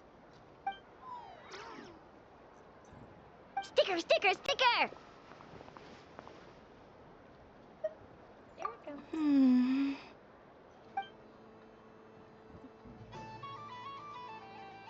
Cute! You think so? Shame. I can't see it for myself. Oh. What did Luanatar say? She said it looks so cute that she wants me to lose a few more rounds. It's covered in stickers. Except for one. Who put these stickers on Paimon's eyebrows? Ugh, she can barely see! Alright, now, I think we got enough evidence to prove that there's a serious problem here. Agreed. Yes, I agree as well. The culprit is... Ineppa! Culprit? What did I do? Quit acting dumb, Ineppa! You're not wriggling your way out of this one. I've been watching you. Not only did you remember whose side Luanatar started at, but every time someone drew a Kuhenki, you were logging it and calculating every last possibility. Which Kuhenki pairs were gone, who had what color Kuhenki in their hand, even our facial expressions. You were keeping track of it the entire time. Exactly! What Aino said! Putting aside the fact that running calculations is not against the game rules, do you have any evidence to support your allegations? Your eyes were But shining. that's not against the rules either. So she admits it. She certainly does. Alright, everyone grab a sticker. It's time to get Ineppa back. But...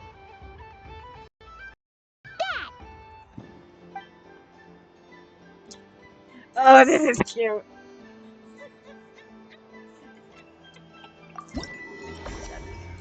Just 'cause it's funny.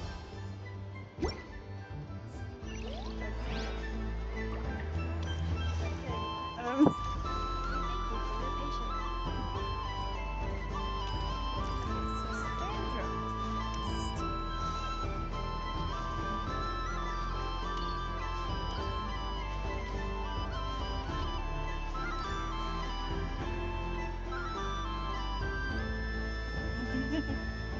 What is going on over here? It looks like fun. Hold it right there! You can't run away from me, Moon Goddess. Hmm? Are you talking to me? Of course. Do you see anyone else here dressed up as the Moon Goddess besides me and you? Hey, come on. Call me by my title. Happy Moon Prayer Night, Moon Goddess. And the same to you. Anyway, there's no time to waste. Get ready for the duel of a lifetime. Duel? Meet my partner, Stacko. Come on out, Stacko. Well, don't just stand there. Let's see your partner. Partner?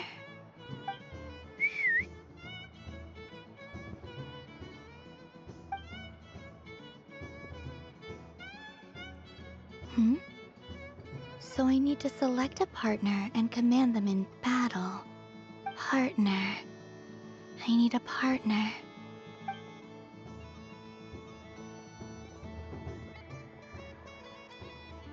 Aw. Oh. Oh. The rhyme here is pretty. Whoa! Am I seeing things? Where'd you get a Kuhenki? They're super rare. That's great. But you can only bring one partner to battle against me and Stacko. No ganging up allowed. They all look so eager to be picked. Which one should I choose? This deer came to celebrate the festival with the Frost Moon Scions. It wants to help me with its antlers. They are its pride. Oh, sorry. Testing! Testing! Oh, this is an emergency broadcast! An exciting battle is about to take place right here at the Nasha Town Special Arena! In this corner, we have the Moon Goddess and her robot partner. And in the other, we have the Moon Goddess and her Rhyme-Horn Deer partner. Only one Moon Goddess can be victorious in this ultimate battle of destiny. But who will it be? There's only one way to find out. Now, without further ado, let the Battle of the Moons begin! I don't care who we're up against. Stacko and I ain't gonna lose. Let's strike first. Stacko, formation shift. Ho ho ho! The robot has kicked things off with a change of formation. But how will this affect the battle? Nobody knows. Cautious play from the opposing team. This Moon Goddess has come prepared. Where will it go from here? Okay then. Stacko, maintain formation and enter your empowered state.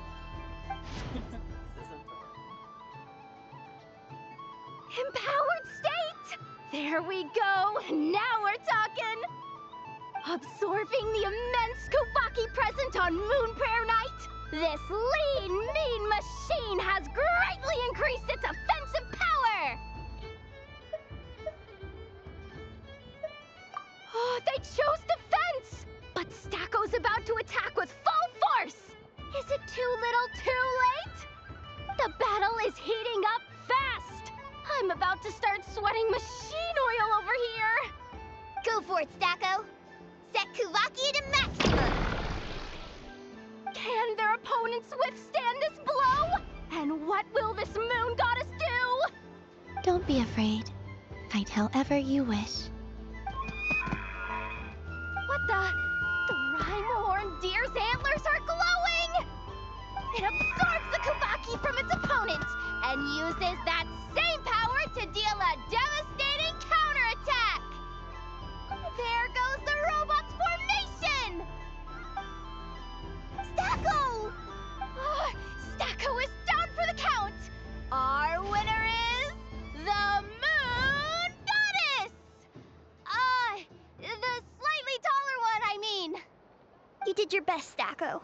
I'll take you to Inos for a checkup right away, don't you worry. Well, you beat me fair and square, I guess. Honestly, I underestimated you. Won't make that mistake again. I think my partner deserves most of the credit. Just you wait. When I'm a little bit older, I'm gonna come back a whole lot stronger. Be ready for a rematch.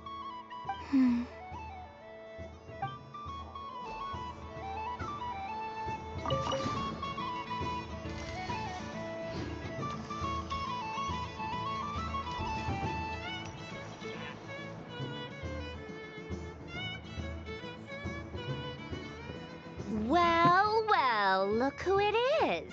I heard someone went and disappeared on us the moment we let her out of our sight. They looked all over for you. Frankly, I didn't think you'd be back for Moon Prayer Night. Were you worried about me, Sandrone? You would like that, wouldn't you? Do you even hear what you're saying? It seems to me like you disguised yourself with festive headgear, just so that you could come see me on Moon Prayer Night and make sure I'm okay. You didn't even bring Polonia with you. You? I thought you couldn't see. I cannot. But I sense the confusion of those around us rippling through the Kuvaki currents. Based on what I know about you, let me guess what you're wearing. Is it cat ears? Shut up! I'm only here to protect the Fatui's interest in this territory. Running into you was pure bad luck. Really? But you were the one who asked Arlecchino to help everyone find my name. Columbina! Ugh! Just one more word, and I'll unscrew your vocal cords. It's Columbina hyposelenia now. Tell someone who cares. I've missed you, Sandrone. The whole time I was gone, I was thinking. I hope I get a chance to say some ugly words to you. Is that supposed to be a joke? Anyway, let's go play that game. What? You mean that frostfin whale? Yes. It's some kind of game where you get bitten if you step on the wrong tooth. Seems like fun. Who in their right mind would wanna... Because you're not a scaredy cat. Fine! You wanna play? Let's play. Don't complain when I kick your sorry butt. Lovely. You old geezer! I'm gonna beat the pants off you! Just you watch! I almost forgot. Sandrone? What is it now? You'd better not lose, or I'm going to beat your head in. What? Allow me to demonstrate since I'm feeling so nice. You just step on the teeth, like this.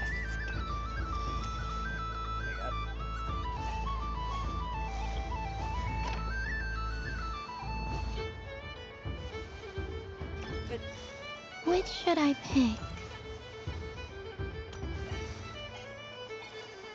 Your turn, Sandrone.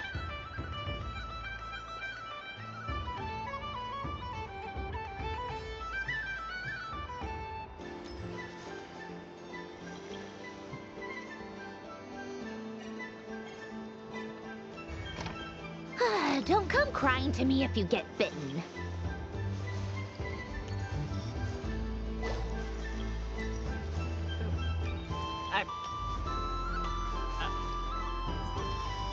Oh my!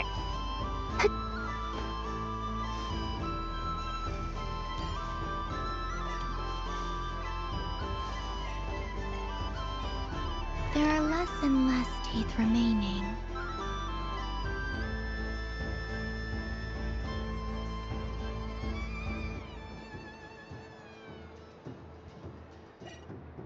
Huh? What's that noise?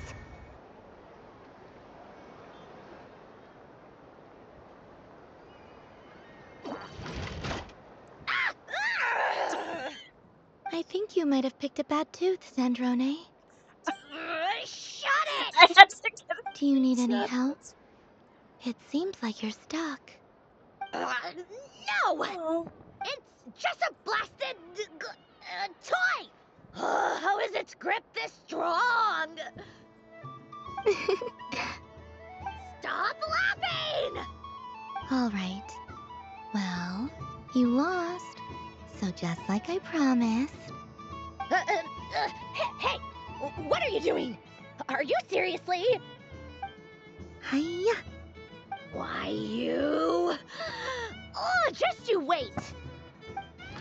Rematch! Are you all right, Sandrone? That was quite a strong bite. Are your clockwork parts? Quit your fussing! I don't need it! All right. I'll go first this time. Wait, so she's a mecha? Huh. That's interesting. She doesn't look like it. I see it now. She can sense which teeth are rigged. So I just need to avoid the same ones that she does.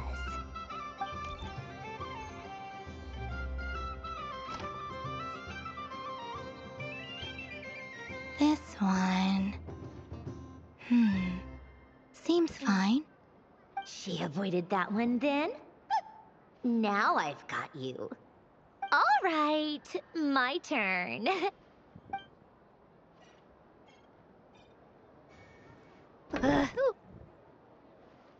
What? Looks like you lost again, Sandrone. Wait! There's more than one bad tooth! Bonk. Of course, there's more than one bad tooth. It's probably random. I will sit down. Stupid game! What idiot came up with this? Are you alright, Sandrone? You said some nasty things just now. Oh, I'm peachy. Should I let you bonk me on the head as well? Ah, forget it. Come on, bonk away. It can be your consolation prize for losing so badly. I told you, forget it! Gah, you've always been so annoying. Singing right outside my door, inviting yourself to my tea parties, going AWOL. And now you're off to the moon or something. Of all my days with the Fatui, the times I spent with you, Arlecchino, and Rosaline, they were my favorite. I will not forget them.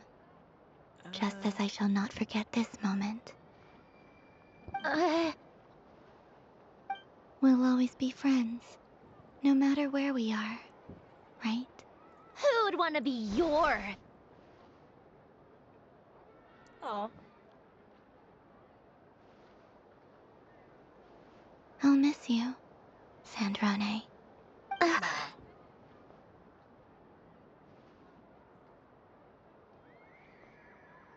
Oh. Whoa. Oh.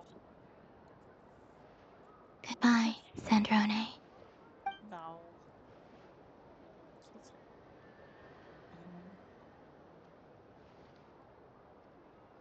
No. Aw. Sad face. I'll miss you too, Columbina. Sorry, what was that? Ah! Ah! Yeesh! No need to freak out. What's wrong? We've been looking everywhere for you. What do you want? Oh, nice ears.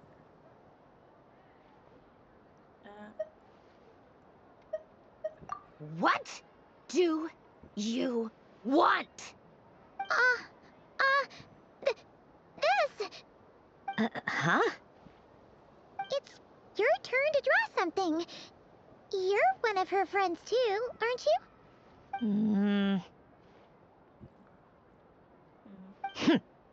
Doesn't know how lucky she is. Sorry? Nothing. I'm done. Take it. Oh, that was fast. Oh, and one more thing. Last time we spoke, you mentioned you were interested in the Narcissan Kreuz Ordo's research, remember? There were too many people when we last met, so we didn't get the chance to do this. What are you talking about?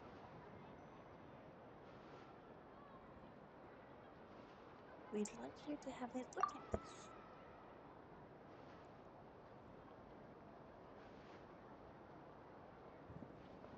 This is... Oh. Alain, Renee, and Marianne. Huh. The Holy Blade.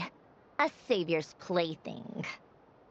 You don't approve their goals? It's not about whether I approve or not. These people, they would sacrifice themselves for the sake of the world. Especially Alain Guillotin and Renee. That is something I would never choose to do. Still, I didn't know they had any pictures left from that time. If I'd have thought to bring a camera, I'd have...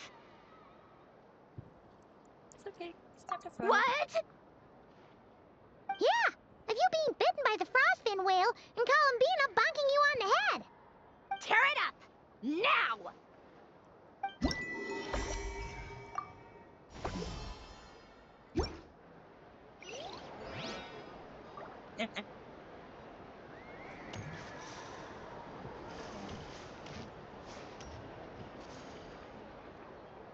Moon Prayer Candy! Beautiful, tasty Moon Prayer Candy!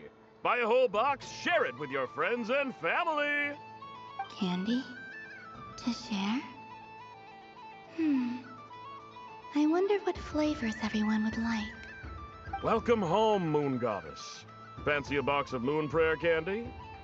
Sure. I knew you would. Now, what flavor would you like? I'm not sure. What flavors do you have? Is this for yourself or as a gift? A gift for my friends. Ah, I see. In that case, I'd recommend apple, lockaberry, or midsummerberry. Those are the most popular. Do you have nocturnal blossom flavor? Huh. I've seen couples as gifts before, but I did not know they were edible. No? Okay then. Moonfall silver? You did say this was for friends, right?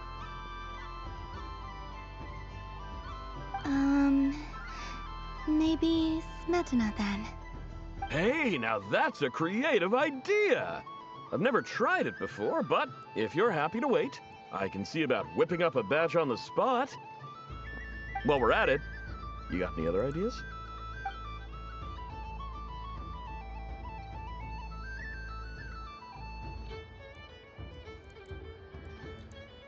Green grass from Kake.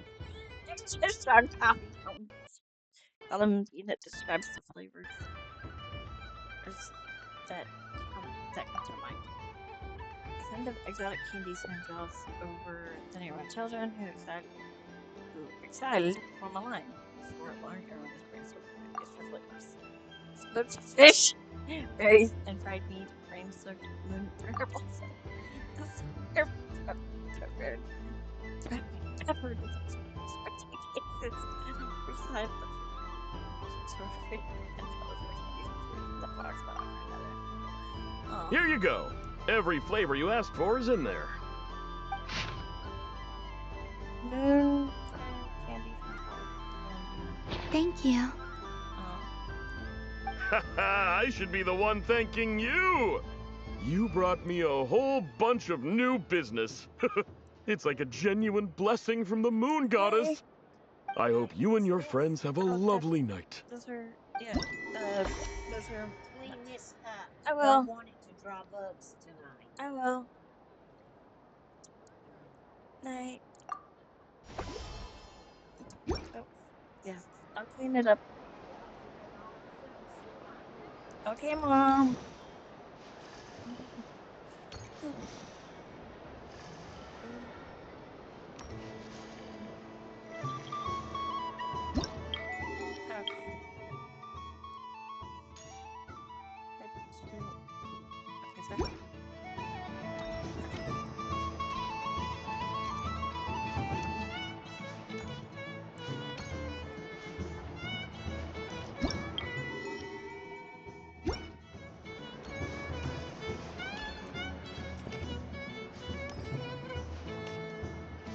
What's this? Should I give it a try?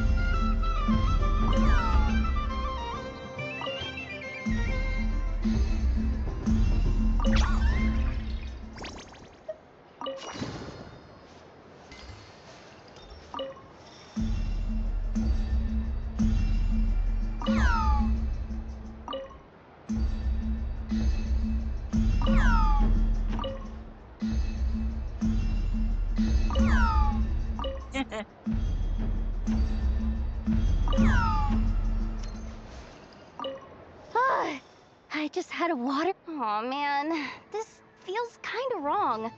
Like, shouldn't we be the ones giving you candy rather than the other way around?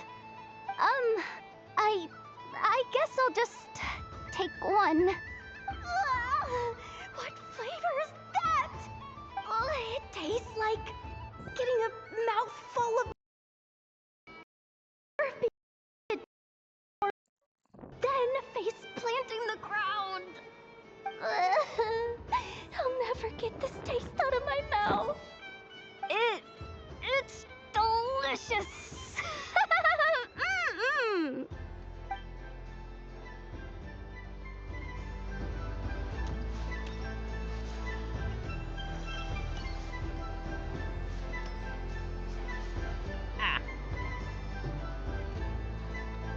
I wish for a never-ending supply of Laka berries.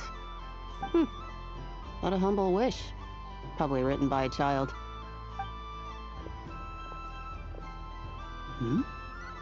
Is that Lama the Moon Chanter?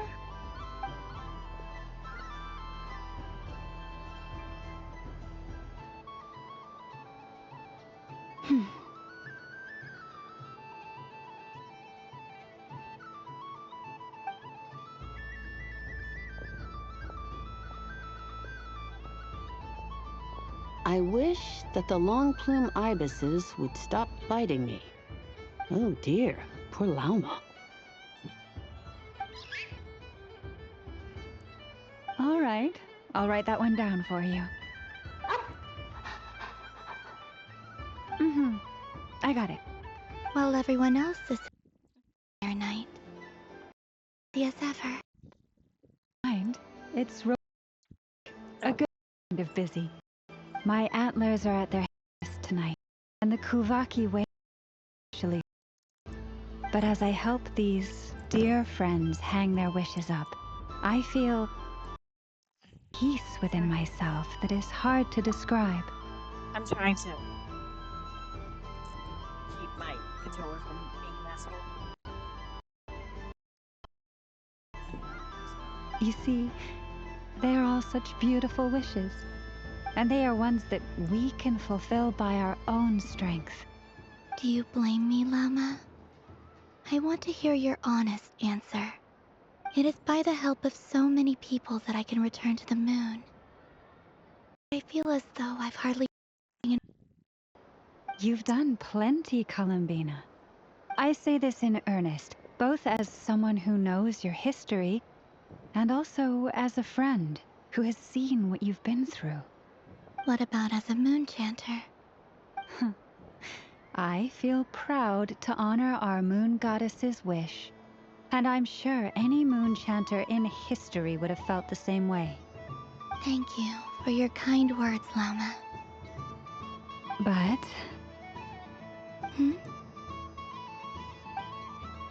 Since you asked for my honesty, I won't lie to you. My feelings are mixed right now. Besides pride, I also feel... I suppose it's a reluctance to let go. Once you return to the moon, we will be far apart and separated by a false sky.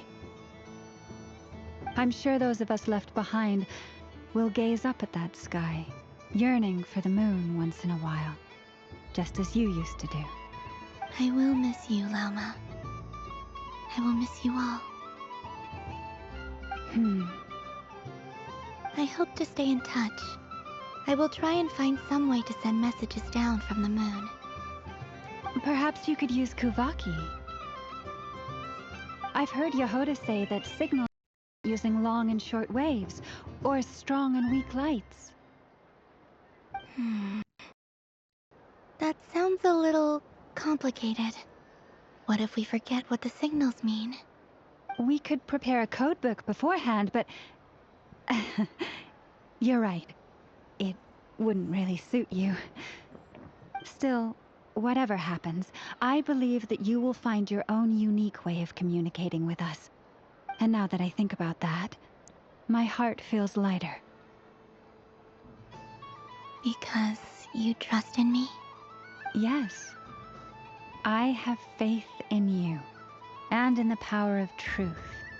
In my experience, the truth tends to be difficult. But that's what makes it stand out from what is false.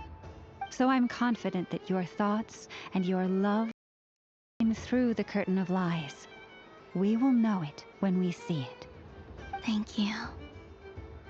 Now, could you help me hang up my wish? Is this? I wish that all who dwell in this moonlit world can find a place to belong. And I wish that I shall one day see my friends again.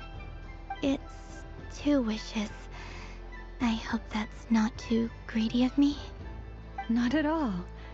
And I think you speak for us all with the second one.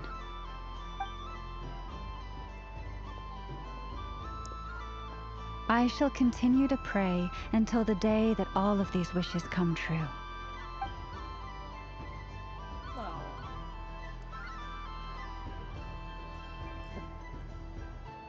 Oh, this is cute.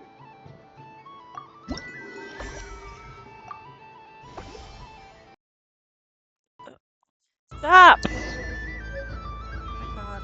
Would you stop?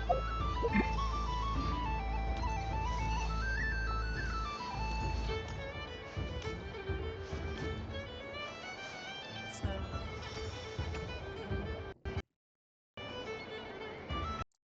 I'm trying to get it to stop doing that shit. It's got hurt.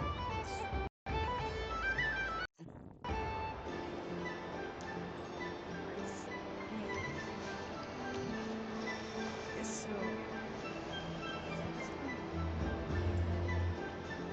So 2 hours.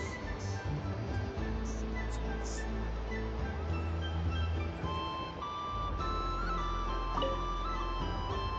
Traveler. Hey there, Kalamina! Are you done checking out the festive amusements already? Are you sure you don't want to look around some more? You might not get another opportunity like this for a while. Right now, what I'd like to do is... I think I found my... Thank you. But I think I've had enough fun for one night. You have precious memories. You're sure you don't want to have a little more fun out there? Final? Yes, I am sure.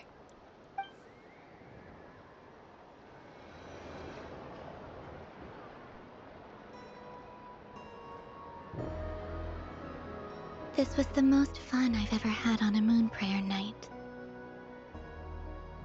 Everywhere I went, people were saying, "Welcome home," and there were friends at every turn. I only wish it could last longer than one night. Oh.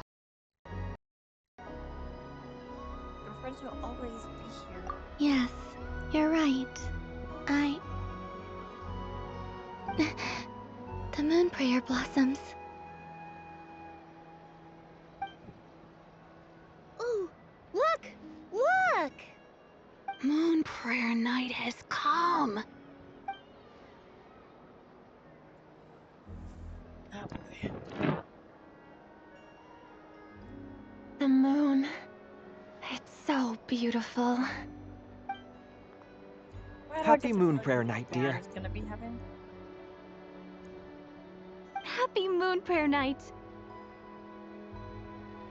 I've got a sinking feeling. Happy Moon Prayer Night.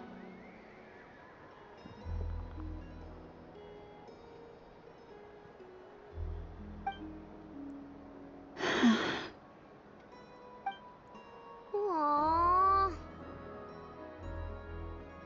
Huh.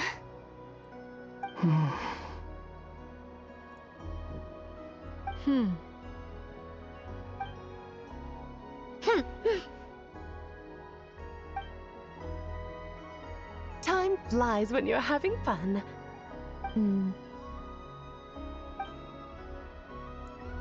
Oh. Looks like the time has come. Columbina. You're heading off then? Yes, to the ruins you mentioned. And from there, back home to the moon.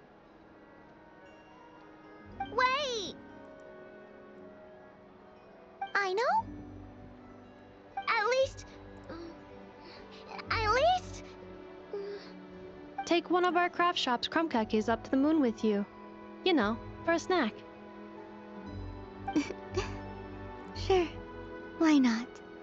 The Curatorium of Secrets believes in proper farewells. No story should be left without a satisfactory endnote. Never. Farewells are an important affair for the Ratniki, too. We never know when we might meet again. Haha! And here I thought grand farewells wouldn't suit tonight's mood. But I suppose friendly passion is not to be stopped, eh?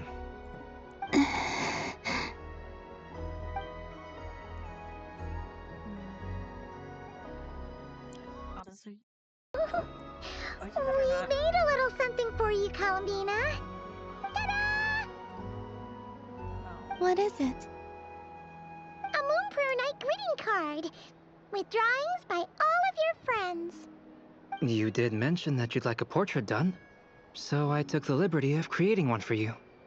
I, meanwhile, did the portrait of Mr. Albedo, and Mr. Varka did the same for me. I mean, I think my work was pretty true to life, don't you think? The picture of Ashru was my doing. The two of you seem to get along rather well. Wait, was I the only one who did a full body picture? That's so embarrassing. I did pictures of me and Anefa. I did my own portrait and one for Hat Guy. Plus, there's the two mages, Arlecchino and Sandrone. So, if you ever miss us, just flip the card open and we'll all be right there with you. Aw. I don't know what to say. Thank you so much, everyone. This whole Moonprayer Night was more than I could have ever asked for. It is the greatest gift I have ever received. Lauma, I figured it out. Figured what out? Remember how the Frost Moon Scions used to use milk as invisible ink to write hidden messages? That was a very long time ago. Oh, are you saying? Yes. When I miss you all, I shall use moonlight in the same way, to write words that only you can see upon the moon itself. Wow, that sounds lovely. Quite. But how will we see them? Simply open your windows on nights when the moon shines bright, and the moonlight will naturally flow towards the words I have written. That sounds most fitting indeed. Very true to form. I'll try to write them in places that won't disturb your sleep. I, for one, would sleep all the better for having read one of your messages before settling down for the night. Exactly. So don't worry about disturbing anyone's sleep. Just promise you'll write to let us know you're okay, all right? All right. I promise.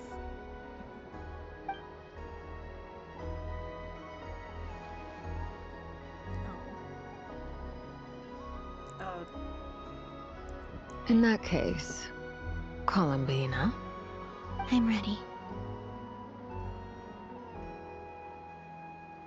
Let's go. Very well. Let's go.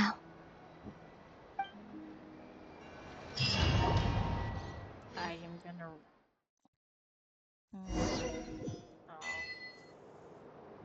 Oh. In just a few moments, I will be gone. I still don't know what to expect on the moon. Will I really be able to send messages to my friends? The Kuhenki, the animals of Nod Cry.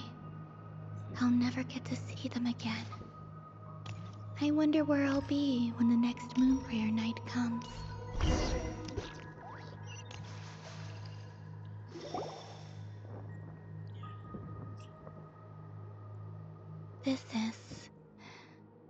This is where the people of Hyperborea used to communicate with the moons.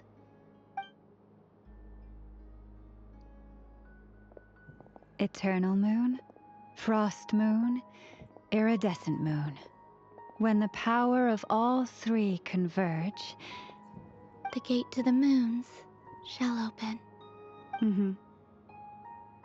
Moon marrow preparations are complete. Only the final step remains. I'm sure Nasha Town is livelier than ever at this moment. Yeah, it's a shame you couldn't be there for it, but it's now or never, right? It's fine. I'm more than happy with this. My last piece of luggage. My only piece of luggage. She is so pretty. I'm waiting to see what her gameplay is, and I mean like proper gameplay, rather than just. I can already feel the moon calling to me. I feel like Dotori. Oh boy. I feel like Dotori's gonna do something very mean spirited soon. Your home lies on the far side of this light, Columbina. From now on, we will at last have a reason to pray to the true moon.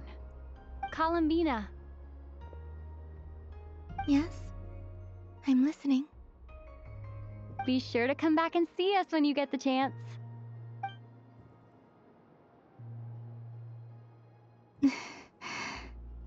Of course. But if that chance doesn't come, then remember that you have friends on this planet. People who will miss Columbina. Yes, I will. Thank you for everything you've done for me. And remember, come night or day, the moonlight shall always connect us. Well then, farewell, my friends. I have a feeling something bad is gonna happen. I don't know what, but I have a feeling it's something bad. But I'm happy I'm recording.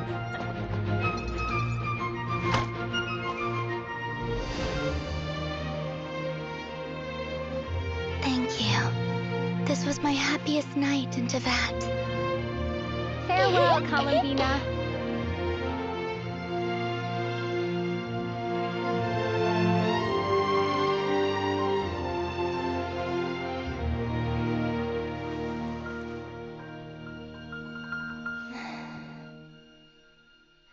I've got a feeling something bad is gonna happen.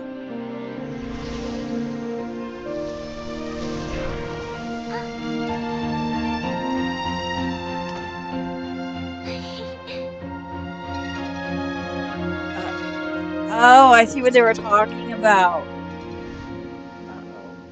Uh-oh. Oh god, Dotori being Dotori. The moon really is closer than ever tonight.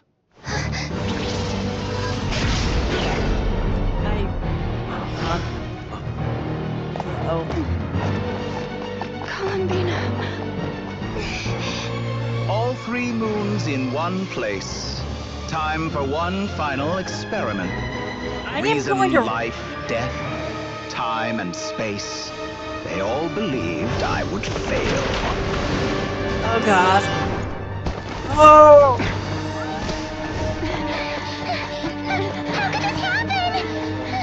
I knew some. But Teyvat's primordial power never did belong to the throne of heaven. And now, they are mine.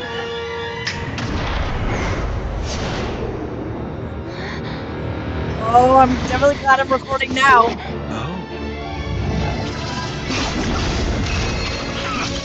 Nice try.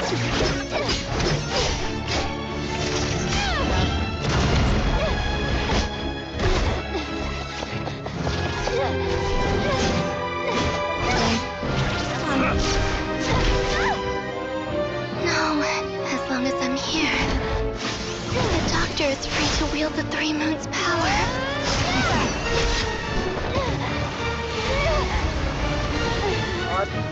It's the only way.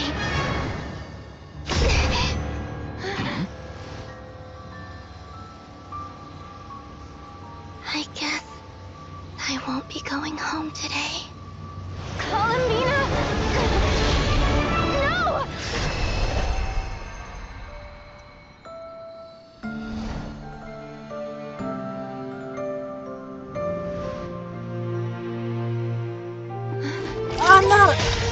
Not again! Oh no.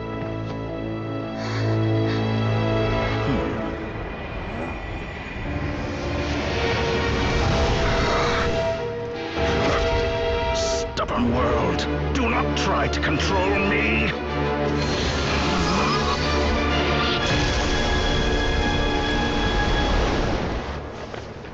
Columbina.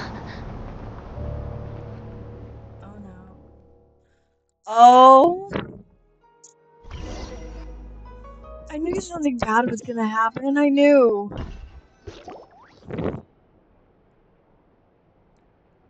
And the bastard was too quiet. He was too quiet.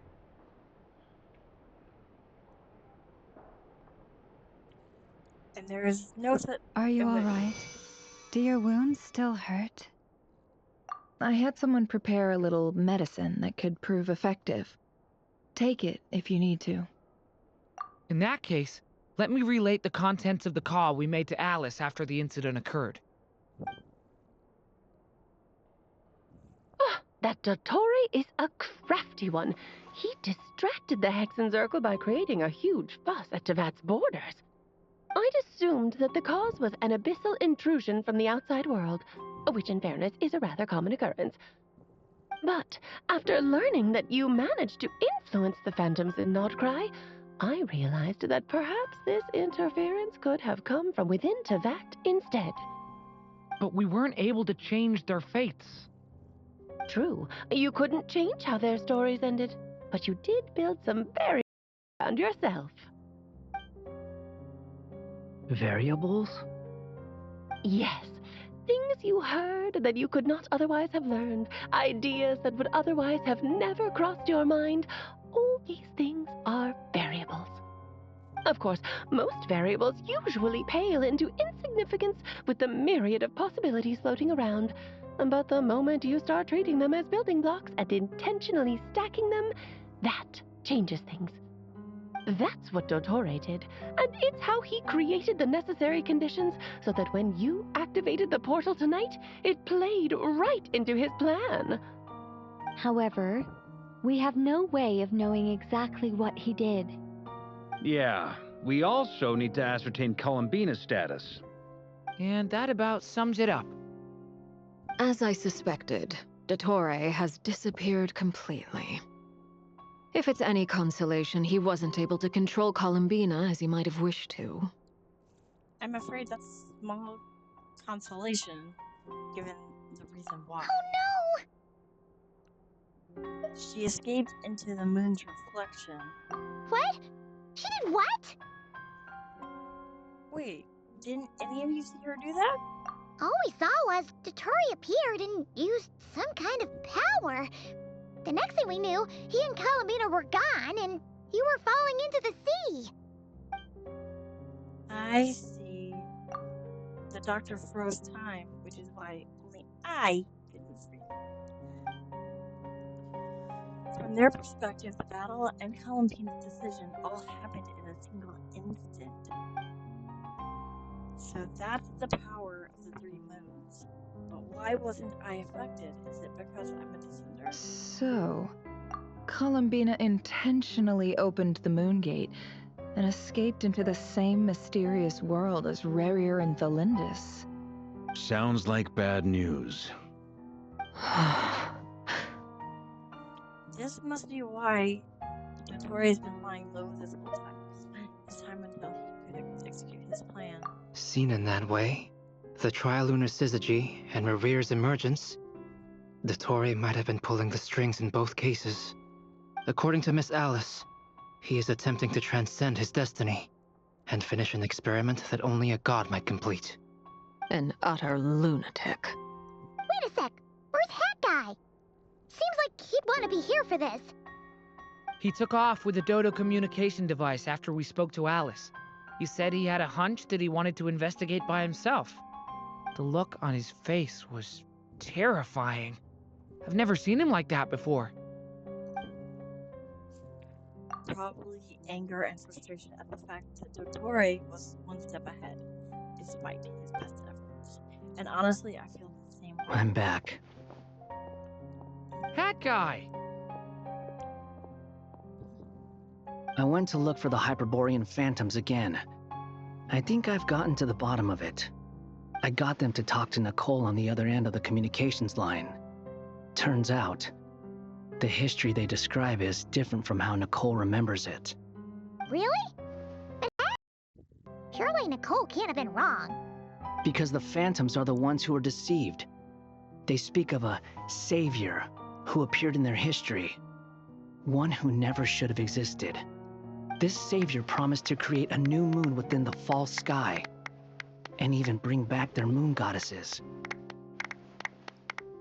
Foolishly, they believed in him, and told him everything he wanted to know about the moons. It's obvious that this was Dottoro's doing. Now you mention it, the first time we entered the Hyperborean ruins, we heard the phantoms discussing their history, and I remember Nicole commenting that something sounded a little strange. But Dottori shouldn't have been able to get in there in the first place. He didn't. Nicole said that this was an anomalous state triggered by disruptions in the causal connections between phantoms from the same era. The variables that Dottori put in place were substantial enough that they even affected phantoms that he never met. So it's not that their memories were unclear. They'd been tampered with. That's exactly the possibility Dottori was trying to manufacture. He turned these variables into knowledge and engineered the situation so all that fall into his hands. Then, he harnessed that knowledge on Moon Prayer Night to truly create a false moon. How is that even possible? To be precise, he exploited a weakness in the way the spell works. The spell senses Kuvaki to detect the moon's location. So, as long as the false moon more strongly resembled the moon than the frost moon beyond the skies, the gate would teleport Columbina to the false moon's location. In other words, to Dottoro's side. Once he had her under control, the teleportation spell remained active, and he manipulated her power to seize both moon marrows. At that moment, the moon marrows disappeared right before our eyes. It was already too late, even as we were leaving the ruins. By then, Dottore had already amassed the power of all 3 moons. So, where does that leave us? What do we do now? I'd certainly like to know what Her Majesty thinks, now that the concerns I expressed to her have come to pass. But we cannot simply sit and wait for her to decide the matter. And in any case, it is not the Fatui Harbinger Damselette who sees us as her friends, but rather Columbina Hyposelenia. If, even in such extreme circumstances, Her Majesty will not lift the prohibition on Harbingers drawing steel against one another, then I will do as my heart demands. I will fight as Peruware instead. Oh, Arlecchino! Time is short, so I'll make the first move. And this is why I love Arlecchino. Whew. Even Arlecchino seems to be losing her cool now.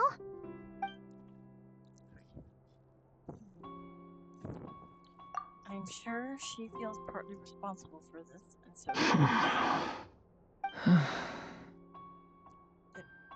well, there was no way to know what he was gonna do. All right. Lose those dejected looks for a moment and let me get a word in. It looks bad, I won't lie. Very bad, in fact. So Dottori's pulled some real dirty tricks to gain the upper hand. For now. And yeah, it's to the point where even the mages say that his variables have affected destiny. I'm not so sure, though. Many have told me that Tevat's destiny is fixed, and that does appear to be the case. Well, what makes Dottori so sure he'll be the exception? And since he was able to stack these variables up, who's to say we can't do the same? You of all people should not be discouraged, traveler from afar. This isn't over yet. Still, I can't help but blame myself. And you're not alone in that. Everyone here does, whether they've spoken thus far or not. But none of us are the type to sit back and wait for the sun to shine again. That's Not wrong exactly how a there. knight should roll. They knock you down, you get back up and get back in it. Don't forget, Honorary Knight, you're a legitimate member of Mondstadt too. Burke is right. This is far from over. Dottoro's already way overdue a butt kicking given his past shenanigans. And after this, he's earned himself a double dose. That's what I'm talking about. How's everyone else feeling? I'll use Kuvaki to investigate Columbina's whereabouts. I'm not ready to give up either. Leave the intel gathering to me. Whatever happens within Nodcry's borders, when the Curatorium of Secrets wants to be in the know, we always find a way. Aino and I will do all we can to support you. We will attempt to reverse engineer Dotori's actions and seek a breakthrough that way. Alice and Nicole are busy dealing with an emergency at Tevat's borders, so they can't return just yet. But they're both very angry about this. They've asked Albedo and me to act on the Hexenzirkel's behalf and do everything in our power to fight back against Dottori. Are you ready then? We're going to have to conduct a lot of research, even in the early stages. I'll do my best. As for me, I'm pretty familiar with Dottori's way of doing things, so I can try to predict his next move. I'll help with your investigation. Nice! Looks like we have our basic division of labor. I'll get in touch with Flints and Itlua, get them to have a chat with their Starshiner. It couldn't hurt to bring the Lightkeepers on board as well. At the same time, I'll pass on instructions to the Knights present in Nodcry to assist the Lightkeepers and other organizations in ensuring the safety of those living here. Yeah, we'll show him. That's it then. Good luck, everyone.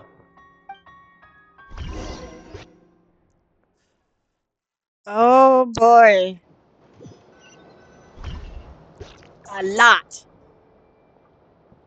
A lot. Bina. Oh. I never thought that Columbina would become my real name. It went from being a Fatui code name to something my friends call me. And remember, come night or day, the moonlight shall always connect us. Oh. I feel bad. No. But holy. Oh. Oh, good lord. Columbina.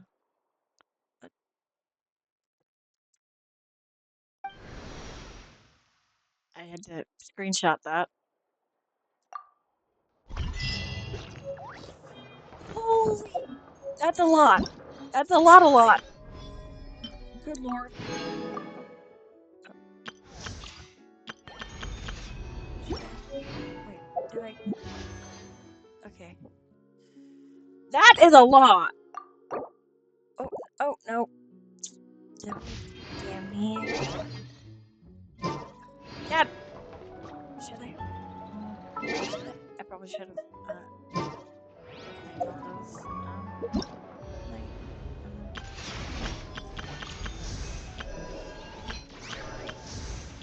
That might have. I should have planned those. But holy shit.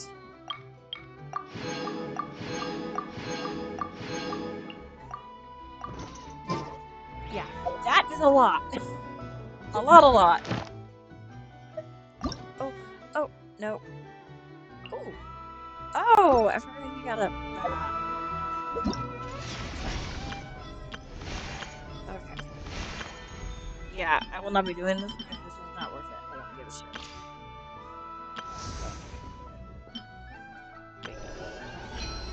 But holy moly. That was like, wow. Just wow. That was like, holy.